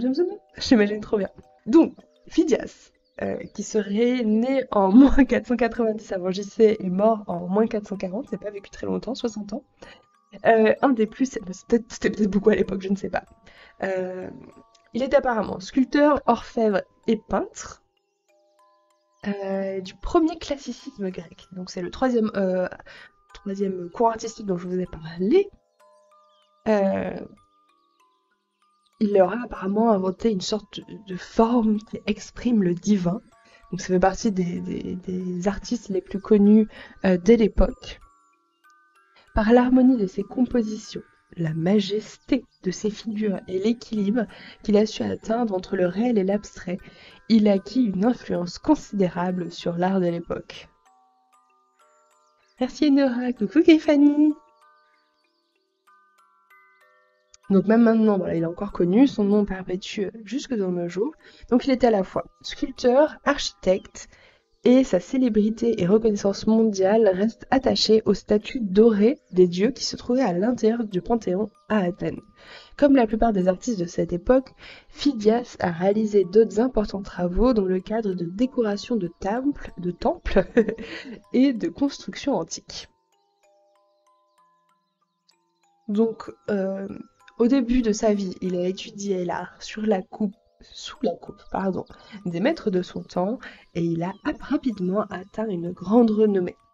Devenu le sculpteur en chef de la construction du Panthéon, le temple dédié à Athéna. Parthénos, la magnifique déesse protectrice de la cité d'Athènes. C'est vrai que quand tu bosses sur le Panthéon, en général, c'est qu'il fallait que tu sois un peu stylé, quoi. En tout cas, il fallait que tu sois bien reconnu pour l'époque. On lui attribuerait même la réalisation de la célèbre statue d'Athéna. Donc c'est celle que je vous ai mis à droite. Donc à droite, c'est une reproduction, je crois que c'est une illustration, si je dis pas de bêtises, de cette statue dorée. Alors, si je me souviens bien, de nos jours, elles ne sont plus dorées. Le doré n'a pas survécu, mais on imaginait que ce serait comme ça à l'époque. Oh, c'est stylé, hein, moi je trouve ça vachement beau, hein. Ça donne envie d'avoir une sculpture d'Athéna comme ça chez soi presque, hein, avec autant de doré, toujours plus de paillettes là. En bas à droite, on est sur... c'est limite moi qui aurais fait une sculpture, quoi. Enfin, non que je sois si talentueuse, mais on parle de la quantité de paillettes et d'or qu'il y a de présent dessus. Et du coup, il aurait aussi créé plein d'autres sculptures pour le temple, notamment celle de Zeus, d'Apollon, etc. Bref, c'était quelqu'un de très connu, et en fait, il a fait plein de sculptures du temple, de ce temple-là. Donc voilà, je vous ai mis aussi la tête d'Iris, donc qui est juste à gauche de la statue avec le doré, parce que ça fait partie de ces réalisations qui sont un peu moins connues, alors quand même connues, mais je trouvais ça cool. Et il y a une, une frise du Panthéon, donc je vous avais parlé du fait qu'il était mixé et des sculptures en rond de bosse, donc en 3D, qu'on peut tourner autour. Donc on voit avec l'Amazone blessée, donc il y a la sculpture tout à gauche. Euh, j'ai décidé que Twitch m'embêterait pas pour ça, alors Twitch ne m'embête pas pour ça s'il te plaît.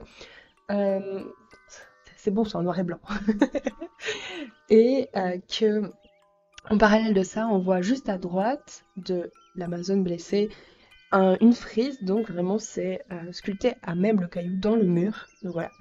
Et pour la petite histoire de l'Amazone sculptée, blessée, pardon, et sculptée aussi, enfin, elle fut sculptée pour un concours organisé sur ce thème vers l'an 430, déjà à l'époque où ils faisaient des concours entre artistes et ils prenaient la meilleure, seulement toi tu seras payé. Bon, l'original a été perdu, et elle ne nous est connue que par ses copies romaines. En fait, ça a été un des grands trucs que j'ai beaucoup retrouvé dans mes recherches sur l'Antiquité grecque. C'est qu'en fait, il y a plein d'originaux qui n'existent plus, mais on n'a que leur copie romaine. Bon, soit j'imagine que c'est bien aussi, quoi. Du coup, c'est une sculpture grandeur nature, donc taille humaine. La fourche levée, on la voit avec la fourche levée, donc le mouvement, et avec son drapé euh, virtuose, qui est vraiment très beau. On n'est pas encore sûr à 100% de sa paternité, mais a priori, ça serait lui. Euh, c'est soit Phidias, soit Polyclète, ils hésitent entre les deux. Donc celle-ci, en tout, on prend dans le socle, elle fait 1,80 m et elle est faite en marbre. Alors, voici pour Phidias tout ce que j'avais à dire dessus. Je voulais vous lire un extrait, mais je ne sais plus pour lequel des deux. Alors, je vais voir mon livre. Toujours des artistes, enfin, j'ai des livres que j'emprunte à la bibliothèque que je trouve très complet. Alors je me dis que vous lire des petits extraits peut aussi beaucoup apporter à l'émission. J'ai pas envie de faire semblant que c'est moi qui ai et c'est moi qui ai tout inventé ou tout écrit. Ah oui, ça c'était pour la victoire. Je me rappelle. Comme ça, je vous parlerai de ce livre et puis en plus comme ça, si ça peut le faire connaître également. Hop, alors je pense que c'est pour le prochain ou celui d'après encore. Mais l'autre artiste dont, du coup, le deuxième artiste dont je voulais vous parler s'appelle Miro. Mais pas Miro, Miron. Et du coup, voilà, donc là j'ai encore mis une bonne partie de ses œuvres qui nous sont connues de nos jours. Et il était notamment très connu pour ses sculptures d'athlètes très puissants et d'animaux assez réalistes. Euh, lui, très souvent, il capturait l'instabilité du mouvement et l'instantanéité. Et il l'associait avec une composition avec beaucoup d'équilibre et d'harmonie. Il produit principalement des sculptures en bronze, et à l'époque, il était considéré comme un artiste polyvalent et novateur. Voilà, et, lui aussi, Miron, on ne trouve que des copies de ses œuvres euh, faites par les Romains. Voilà. Et c'est lui qui a fait la fameuse sculpture du Discobolus, donc le lanceur de disques, qui est quand même... Enfin, moi, je veux dire, quand je pense à l'Antiquité grecque, direct, je pense à ça. Je pense au mec qui lance son disque. J'ai trouvé un angle où Twitch ne va pas m'embêter. Ça m'a fait rire. C'était ce que je regardais dans les... Parce que bah, les sculptures, elles sont prises en photo sur tous les côtés. Je suis en mode, ok, chaque fois, laquelle je peux mettre pour que Twitch m'embête pas, ça va me courir. Donc là, pareil, on voit le mouvement, on voit... Oh, Caro, j'ai pas mis le son que tu m'avais envoyé. Un élan. Ça c'était... J'ai oublié de ma to-do list. Voilà, je vous le fais la version orale de Camelot, qui me fait beaucoup rire. Euh, Donc là, celui-ci, le Discobolus, serait fait à peu près en 425 avant Jésus-Christ. Donc, bien qu'il ait, donc on parle de Miron, bien qu'il ait sculpté des représentations de dieux et de héros, il est devenu principalement connu pour ses représentations d'athlètes. Le Discobolus, qui représente un lanceur de disques, il a capturé le moment où le mouvement est terminé et l'athlète fait une pause pour le suivant. Il vient de terminer son mouvement arrière, le bras est tendu et il est sur le point de commencer un nouveau mouvement vers l'avant. Est largement admiré pour capturer l'instabilité d'un mouvement instantané et l'associer à une composition d'équilibre et d'harmonie. La statue a été conçue dans un seul gros plan, ce qui signifie qu'elle ne devait pas être vue que de côté.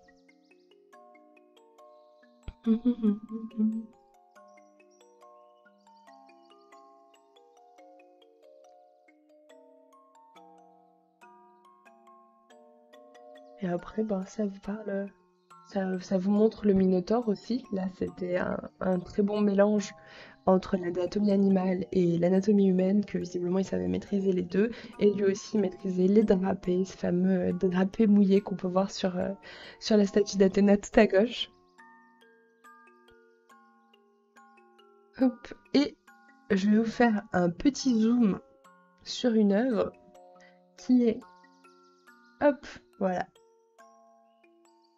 la victoire de Samothrace, qui est une œuvre assez connue. Donc c'est ce corps qui a perdu sa tête et ses bras et dont il reste les jambes, le tronc et les ailes, qu'on retrouve au Louvre actuellement. Euh, du coup, c'est un monument votif. Donc c'était en gros en remerciement pour les dieux, pour qu'ils soient favorables à ce qu'on leur demandait. Et pour l'histoire, elle a été retrouvée sur l'île au nord de la mer Égée. Alors là, pour ce passage-là, je vais vous lire l'extrait du livre qui s'appelle Pourquoi c'est connu, le fabuleux destin des icônes du Louvre de Vincent Broguiel. Le titre c'est À en perdre la tête. Ah, ils font toujours des titres qui me font beaucoup, beaucoup rire.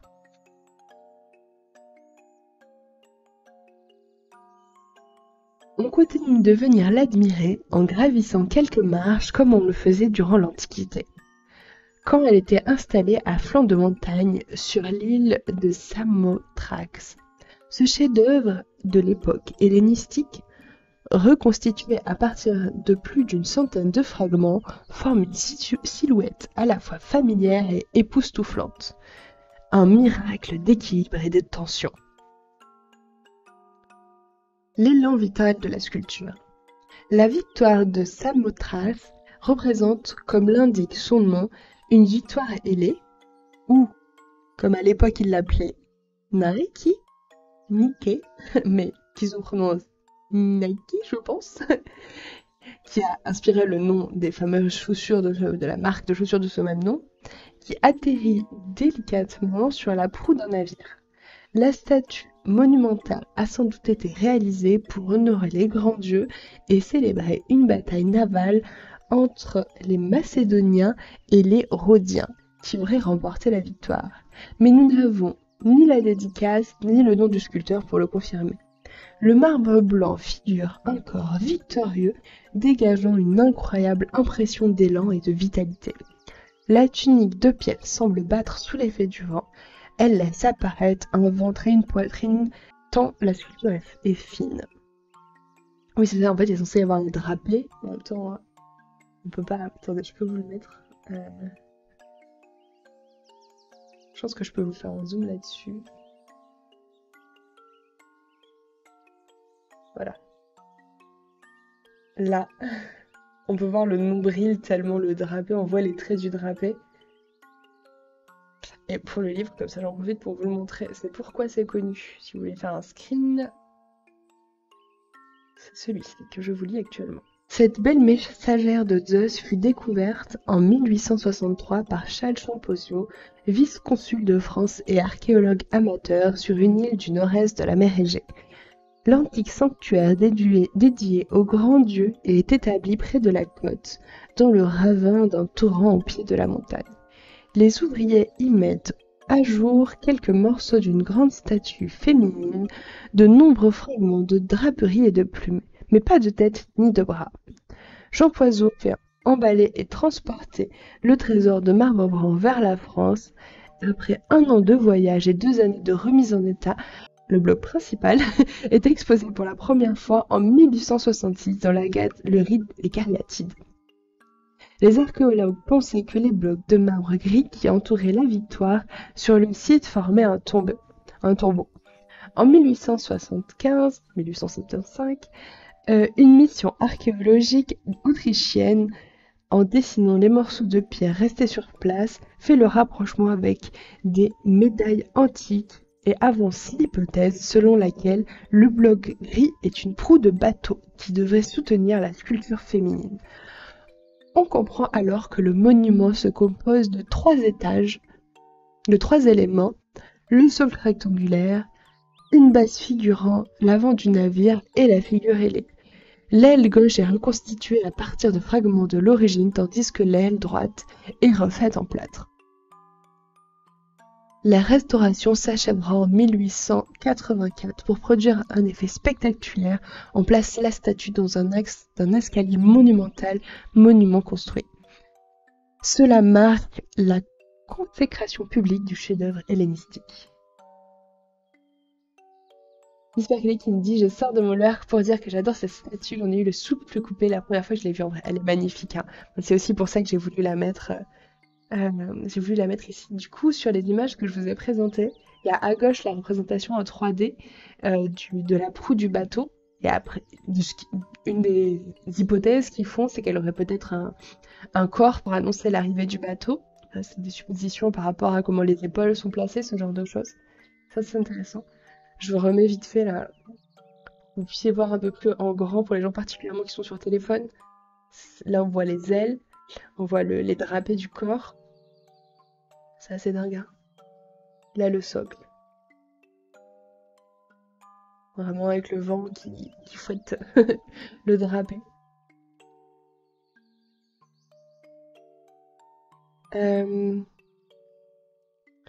Posé pour la prospérité. Entre 2013 et 2014, une grande campagne de restauration apporte un éclairage nouveau sur le monument. Grâce au financement participatif de milliers d'internautes, la somme de plus de 4 millions d'euros est débloquée et plus d'une dizaine de personnes vont pouvoir travailler à plein temps sur ce projet pendant 10 mois. Des examens spécifiques poussés nous permettent aujourd'hui d'en savoir plus sur l'origine des marbres et sur le décor coloré qui ornait la statue. Un bloc intermédiaire est retiré, une longue plume replacée sur l'aile gauche. Un nettoyage approfondi met en valeur la finesse du vêtement et le coloris d'origine. Merci beaucoup pour les petits cœurs offerts. Merci pour le soutien, j'espère que tu vas bien. Trop bien mon concept du live, merci, je suis très contente. On en fait un une fois par mois. Hop, j'espère que celui-ci te plaît, merci pour le soutien. Ah oui, du coup, elle est prête pour toute une nouvelle série de photographies et qu'elle fait des saignées encore à tenir la vedette en haut des marches. Voilà, vidéo YouTube sur la restauration et nettoyage de l'œuvre. Et surtout, on se rend bien compte pour les gens qui ne connaîtraient pas, qui ne l'auraient pas vu au Louvre, la taille que ça fait. On voit des humains à côté. En fait, c'est un screen au-dessus de Nénuphar avec le cœur. C'est un screen de cette vidéo-là. Et on voit la taille de l'humain à côté de l'aile et c'est juste gigantesque. Et cette vidéo, je l'ai trouvée très intéressante aussi. Donc, je vous la mets dans le chat actuellement. Et elle sera aussi dans la description de ma chaîne, de ma vidéo, pas de la chaîne, non, de la vidéo YouTube quand je la posterai sur YouTube. Donc, voilà pour ça. J'ai trouvé ça cool de venir passer un peu plus de temps, d'être en zoom sur cette œuvre et de voir aussi comment de nos jours on travaille encore à cette restauration, aux suppositions, de savoir comment ça a été fait, comment ça, avec tout ce qu'ils ont, de voir comment ils peuvent arriver à quelque chose de nos jours. La hauteur totale du monument est de 5,12 m, c'est quand même vachement grand. C'est le tout avec les 3 blocs de marbre gris également. Et sans les blocs de marbre gris, la statue est quand même vachement grande, sachant qu'il nous manque la tête. Hors tête, donc. 2,75 m, qui est très très grand. Et là, on passe au dernier chapitre, à l'avant-dernier chapitre, autant pour moi. Je vous laisse réfléchir de votre côté si vous savez, si vous connaissez également des choses en rapport avec l'Antiquité qui ont été produites de nos jours. Pour les mettre, alors ça sera. Là, on va parler d'abord des femmes dans tout ça, et après on parlera de l'impact de l'Antiquité de nos jours et les femmes dans tout ça. Petit point sur l'histoire. Athènes a développé, donc je vous rappelle, Athènes a développé le système démocratique où les citoyens, qui sont uniquement limités à une élite masculine, ont le droit de participer aux décisions gouvernementales. Donc ça, c'est pour le petit point politique. Donc dans la Grèce antique, la place des femmes artistes est généralement très très très très limitée en raison des rôles sociaux et des normes culturelles de l'époque. Parce qu'à l'époque, alors bon, ça va pas être très chouette cette partie-là, mais ça fait aussi partie des choses de pourquoi j'en parle. Les femmes avaient un statut inférieur à celui des hommes dans la société grecque classique et hellénistique. Et cela se reflétait également dans le domaine artistique. En fait, elles étaient pas du tout considérées comme des citoyens en part entière, et du coup, elles n'avaient pas de droit à la création, tout simplement. Enfin, c'est comme si elles n'existaient pas dans les registres. Les femmes en Grèce antique étaient généralement exclues de la participation active de la vie publique, politique et culturelle. Les citoyens masculins avaient le plus de privilèges et de droits, tandis que les femmes, même si elles pouvaient être citoyennes dans les faits, elles n'avaient aucun droit ou ce qu'elles avaient été excessivement restreints. Les femmes grecques n'avaient pas accès à l'éducation artistique ou intellectuelle de la même manière que les hommes. L'éducation des femmes était surtout centrée sur les compétences domestiques et la gestion du foyer, et pas du tout autour de ce qui était artistique. En conséquence, la production artistique des femmes en Grèce antique était généralement très limitée. À la limite, on pouvait parfois supposer qu'elles auraient pu aider à la décoration de la poterie ou la confection des tapisseries, mais en fait, c'était déjà en plus des œuvres qui étaient uniquement visibles dans un contexte personnel, c'est-à-dire que c'était des choses qui étaient affichées chez toi. Enfin, tu pouvais peindre ta propre poterie si t'avais accès à ça, mais c'était pas pour les grands temples ou ce genre de choses, donc ça avait un moins grand rôle dans la société. Et surtout, c'était pas des thèmes religieux, c'était des thèmes du quotidien. En fait, c'est très très proche, c'est fou, hein. Il y a 1800 ans d'écart, mais avec ce qu'on a pu voir avec l'impressionnisme, on disait que les femmes qui ont commencé à pouvoir être peintresses dans l'impressionnisme, en fait, elles ne faisaient que des sujets du quotidien, parce que c'était là qu'elles pouvaient plus facilement avoir accès à ça. Donc là, c'était aussi le cas, mais le truc, c'est qu'en fait, à l'époque, on n'avait aucun registre et aucune chose qui vraiment prouvait que c'était des femmes qui avaient fait ces choses-là. Donc c'est juste vraiment plus des suppositions. Donc les noms des artistes sur les céramiques grecques sont très rares. Et apparemment, il y aurait quelques débats sur peut-être certains noms qui seraient peut-être grecs, de femmes, pas grecques, pardon. Par rapport au rôle religieux, les femmes avaient parfois un rôle artistique dans le contexte religieux, en tant que prêtresse ou participante à certains rituels. Mais en soi, c'était pas vraiment de la création. Mais elles n'étaient pas complètement exclues des rôles religieux non plus. Alors j'ai noté exception notable, bien qu'il ait été rare, il y a des exemples de certaines femmes qui étaient connues. Ah oui. Et du coup, je me suis dit qu'on pouvait faire un petit zoom, et ça m'a fait rire que dans toutes mes recherches sur les femmes artistes qui étaient connues à l'époque, celle qui ressortait le plus, alors on n'est pas sur un artiste plasticienne, mais on est sur une artiste dans la poésie. Est-ce que si je vous dis Grèce, écriture, femme, poésie, ça vous parle? Ou au contraire, je vais vous faire découvrir quelqu'un complètement. Eh bien, Je vais nous faire un petit zoom sur l'artiste poète Sappho, qui est celle pour laquelle j'ai trouvé le plus de choses à cette époque-là.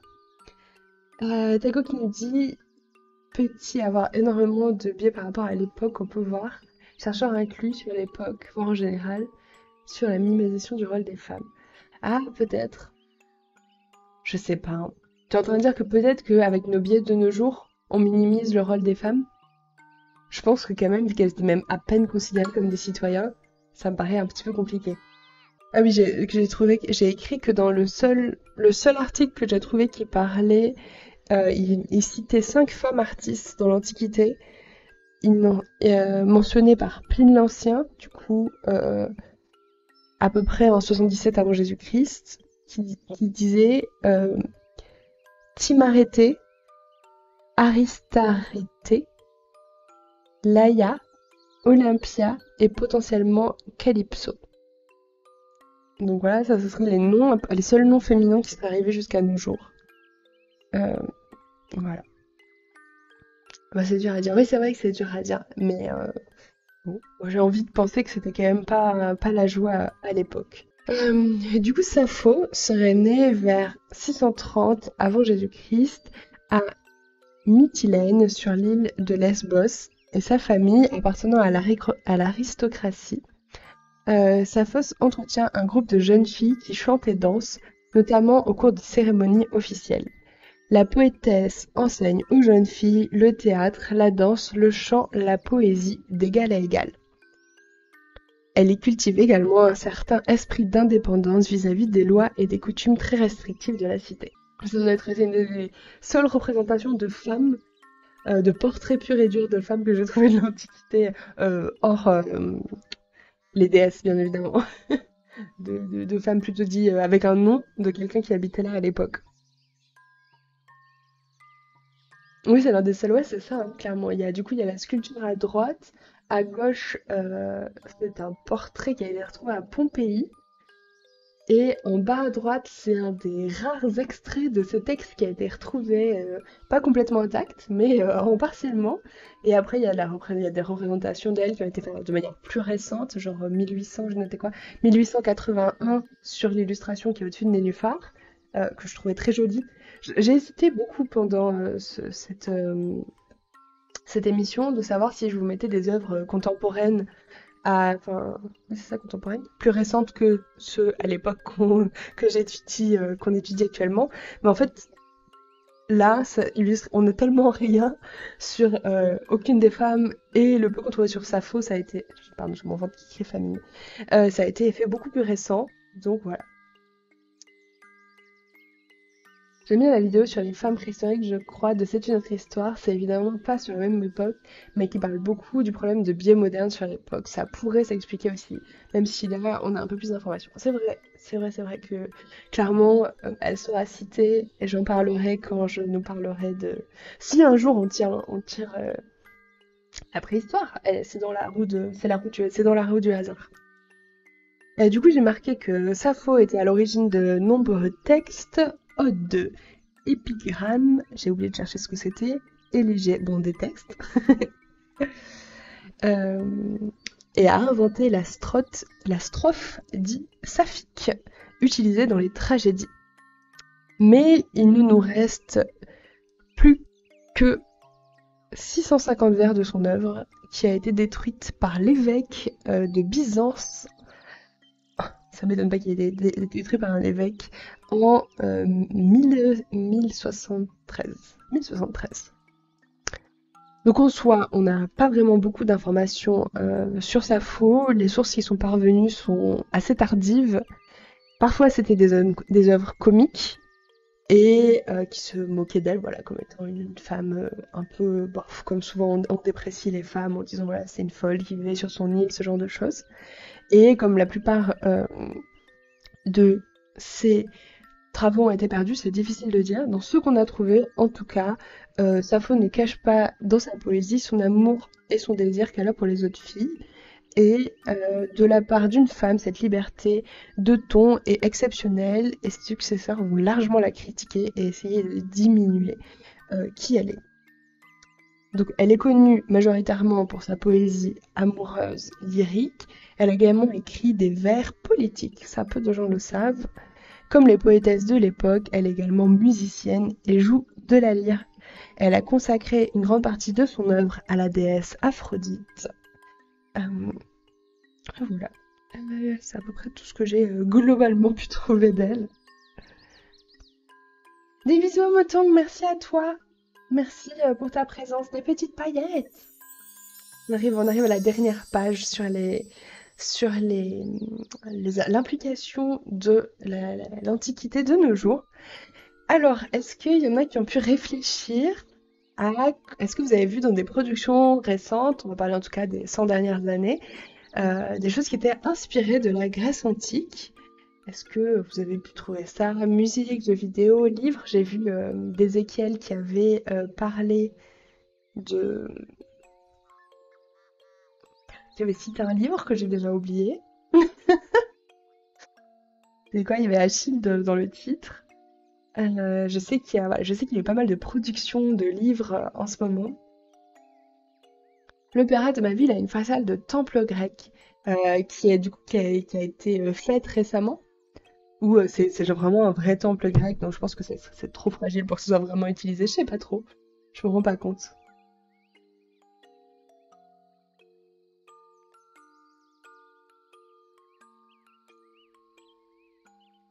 Si vous n'en avez pas spécialement, je sais pas si vous avez besoin d'un peu de temps pour écrire.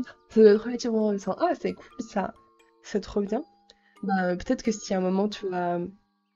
Soit tu peux le chercher sur internet, soit si t'as le nom de ton théâtre, on pourra chercher aussi ensemble. Pour le mettre dans le Discord, on parlera de tout ça. Du coup, dans le Discord, il y a un onglet spécial histoire de l'art et après il y a un sous-onglet par émission, comme ça on peut parler dessus. Oui, c'est à 100 ans en plus, mais pas l'Antiquité. Ok, mais trop bien ça. Trop bien, trop bien.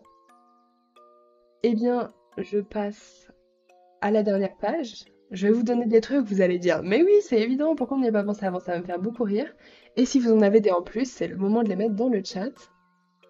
Du coup, de nos jours, on peut clairement dire que l'Antiquité a une influence très durable et très importante sur l'art occidental ultérieur. Alors, bien évidemment, dans tout ce qui est la Renaissance européenne. Là, toute la Renaissance, ils ont repris à donf tous les codes qui avaient été faits pendant l'Antiquité. Donc, il y en a tellement d'influence que ça devient presque invisible. Ouais, c'est fou, hein.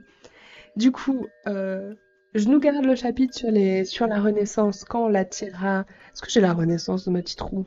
Est-ce que j'ai la Renaissance dans ma petite roue? Je ne sais pas. Renaissance. Du coup, avec ce truc de l'humanisme, l'homme au centre de tout, la recherche de la beauté idéale, qui a été perdurée pendant des siècles. Euh, Ah oui, je veux aussi bien évidemment vous partager le bonheur d'avoir trouvé ce site internet où j'ai passé des heures dessus. Attendez, je suis sûre que je de nos jours. Il est ici. Euh, ah, oh, c'est trop bizarre quand je... En fait, je suis avec deux ordinateurs et quand je fais des trucs avec mon ordinateur de droite, il me dit, avec mon ordinateur de gauche, Cloarza est en train de modifier ça. Oh, tout est si connecté. Pardon. Vous savez que je suis une grand-mère avec tout ça.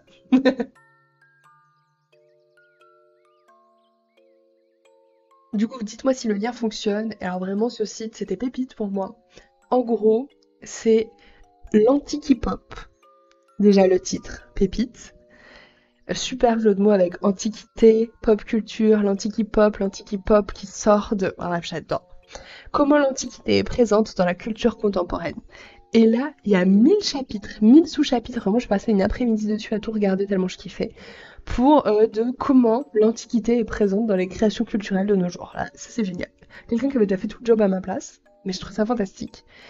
Et il y a notamment, on peut voir que très très très présent dans Assassin's Creed. C'était assez visuellement parlant grand. J'ai beaucoup aimé la deuxième image que je vous ai mise avec les parallèles entre les sculptures, les portraits les bustes, je trouvais ce mot, les bustes des sculptures grecques et romaines et commence à inspirer directement les designs des personnages dans Assassin's Creed. Je sais pas si on a parmi vous qui ont joué, peut-être toi Tago, et je sais pas du coup si c'était cool de se balader euh, dans ça. Et du coup, ils ont mis de la couleur dans les temples. Je dis pas de bêtises, là le fronton, je vois de la couleur dessus. Bref, c'est trop cool, trop génial. Donc, Assassin's Creed, ça a été une des premières références que j'ai trouvées.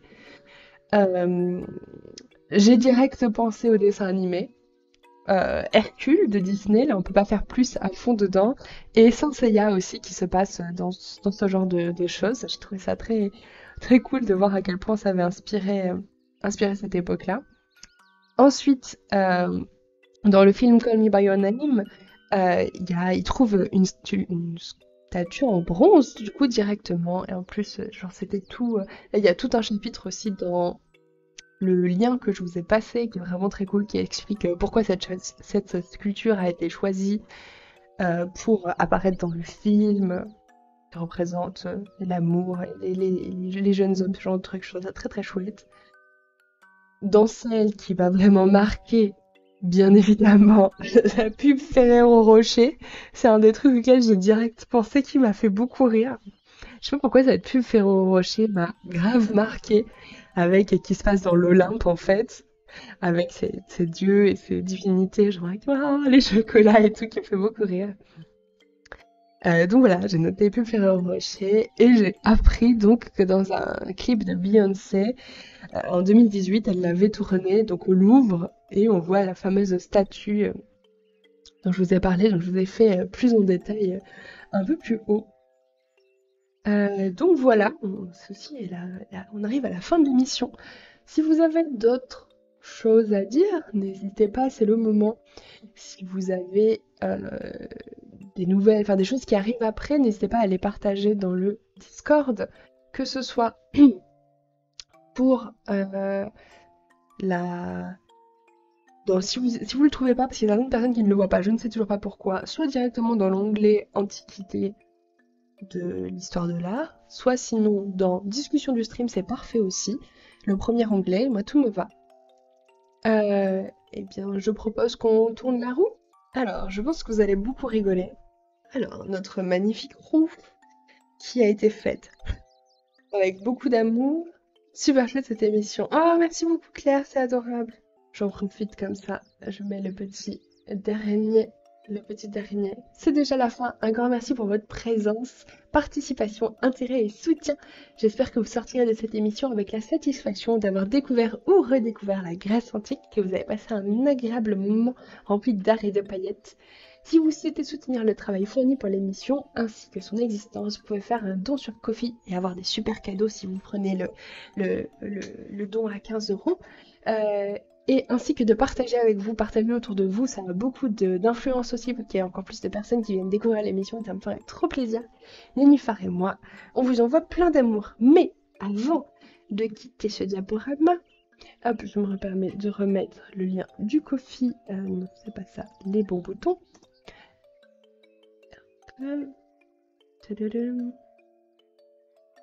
Tadam!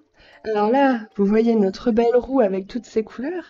Mais est-ce que je nous ferais pas un petit tour pour voir les mouvements artistiques qu'il nous reste à faire? Qu'est-ce que vous pensez de ces mouvements artistiques? Moi, je les trouve vachement sympas, non? Tout à fait démocratiques. Moi, je les aime beaucoup. Est-ce que vous aurez une couleur préférée sur laquelle on pourrait tomber? J'ai joué un tout petit peu à Assassin's Creed en Grèce antique, mais je m'ennuie assez vite à des jeux maintenant. Ok. Zelda Breath of the Wild était tellement bien qu'il a ruiné tous les jeux. Ah ouais, il paraît que du coup ils ont mis un niveau très très haut.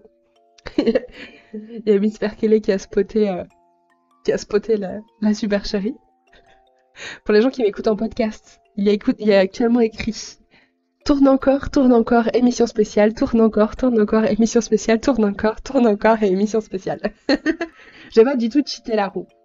J'ai juste prévu quelque chose de précis. Orange, comme ça, on recommence. Alors, c'est parti. Attendez, j'ai mis beaucoup trop de... C'est parti en frisbee. Ça va être parti, moins parti. Je me suis fait peur toute seule. Mon Dieu, la démocratie. Et, oh, du premier coup. Allez, attends, on peut la faire. On tombe sur le orange pour Tago. Et comme ça, on peut la relancer. Pour le plaisir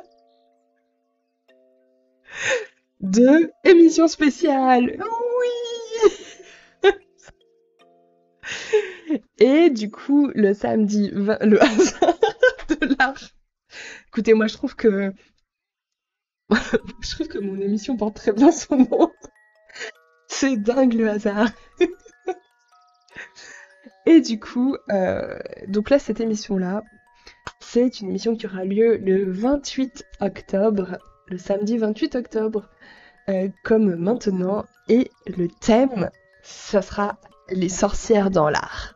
J'ai déjà commencé à l'écrire et ça va être dingue, ça va être un truc vraiment très stylé. Donc là, pour celle-ci, ce sera voilà, spécial les sorcières dans l'art. Ça va être grave stylé parce que je trouvais que ça manquait, ça manquait drastiquement de femmes à cette émission. Nous allons, bon après, elles vont apparaître en tant que personnage principal, c'est pas pour autant qu'elles vont être peintresse ou quoi que ce soit, mais bon, ça va être quand même stylé. Du coup, j'en profite pour enlever vite fait mes papiers de triche pour voir ce qu'il nous restera à faire pour l'émission d'après.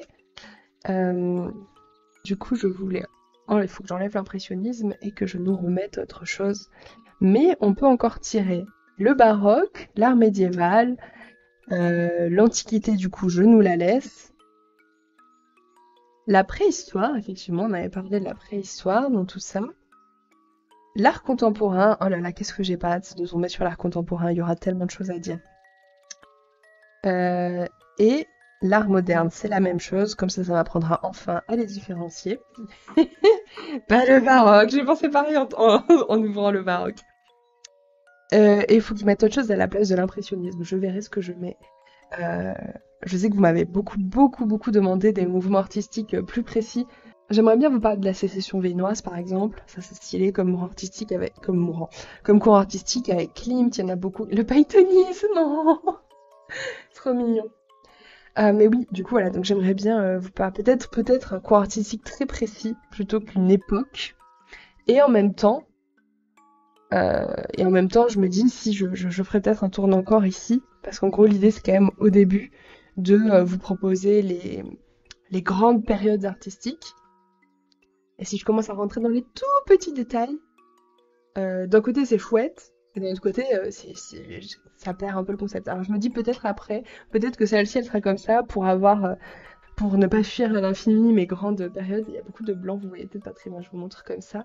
Donc là on a préhistoire, antiquité, art médiéval, renaissance, baroque, tourne encore, art moderne et contemporain. Ce qui fait quand même pas mal de taf pour les prochaines émissions. Mais là, la prochaine, qui a lieu dans 3 semaines, du coup, ça sera sur l'art et les sorcières et l'art. Vous prenez ça dans ce que vous voulez. Et vachement stylé. Le moderne, on est en plein dedans. Mais c'est ça, il y a tellement de choses à dire là-dedans que ça va être chouette. Mon petit cure-dent qui me permet de tenir la petite typique. Je me demande toujours à quel point les mouvements ont conscience de même. Ah, c'est une bonne question, ça. C'est une super question. Franchement, je ne sais pas. Ça ferait partie des choses, ça peut être un point assez intéressant pour savoir dessus, quoi. Hop. Eh bien, voilà, c'est la fin de l'émission pour aujourd'hui. J'espère qu'elle vous a plu, que vous avez appris plein de choses. Moi, j'ai kiffé apprendre et réapprendre tout ça, enfin revoir tout ça avec vous. Je sais pas, mes petits... Ah si, ils sont là. Hop, il y a les petits magnettes de nénuphar que je voulais vous montrer pour les gens qui l'auraient pas vu. Tadam, donc voilà, qui sont aimantés, qui marchent bien pour le frigo. Ça, c'était mes tests que j'avais fait. Hop là. Oui, merci. Mais bravo à vous d'être venus, d'avoir participé et hop. Des paillettes, des cœurs avec les patounes. J'ai remis la caméra, je peux vous envoyer plein de cœurs avec les patounes. Merci encore tout le monde pour votre soutien, ça fait très très très plaisir. Touloulou, cœur avec les petites patounes. À demain, des bisous.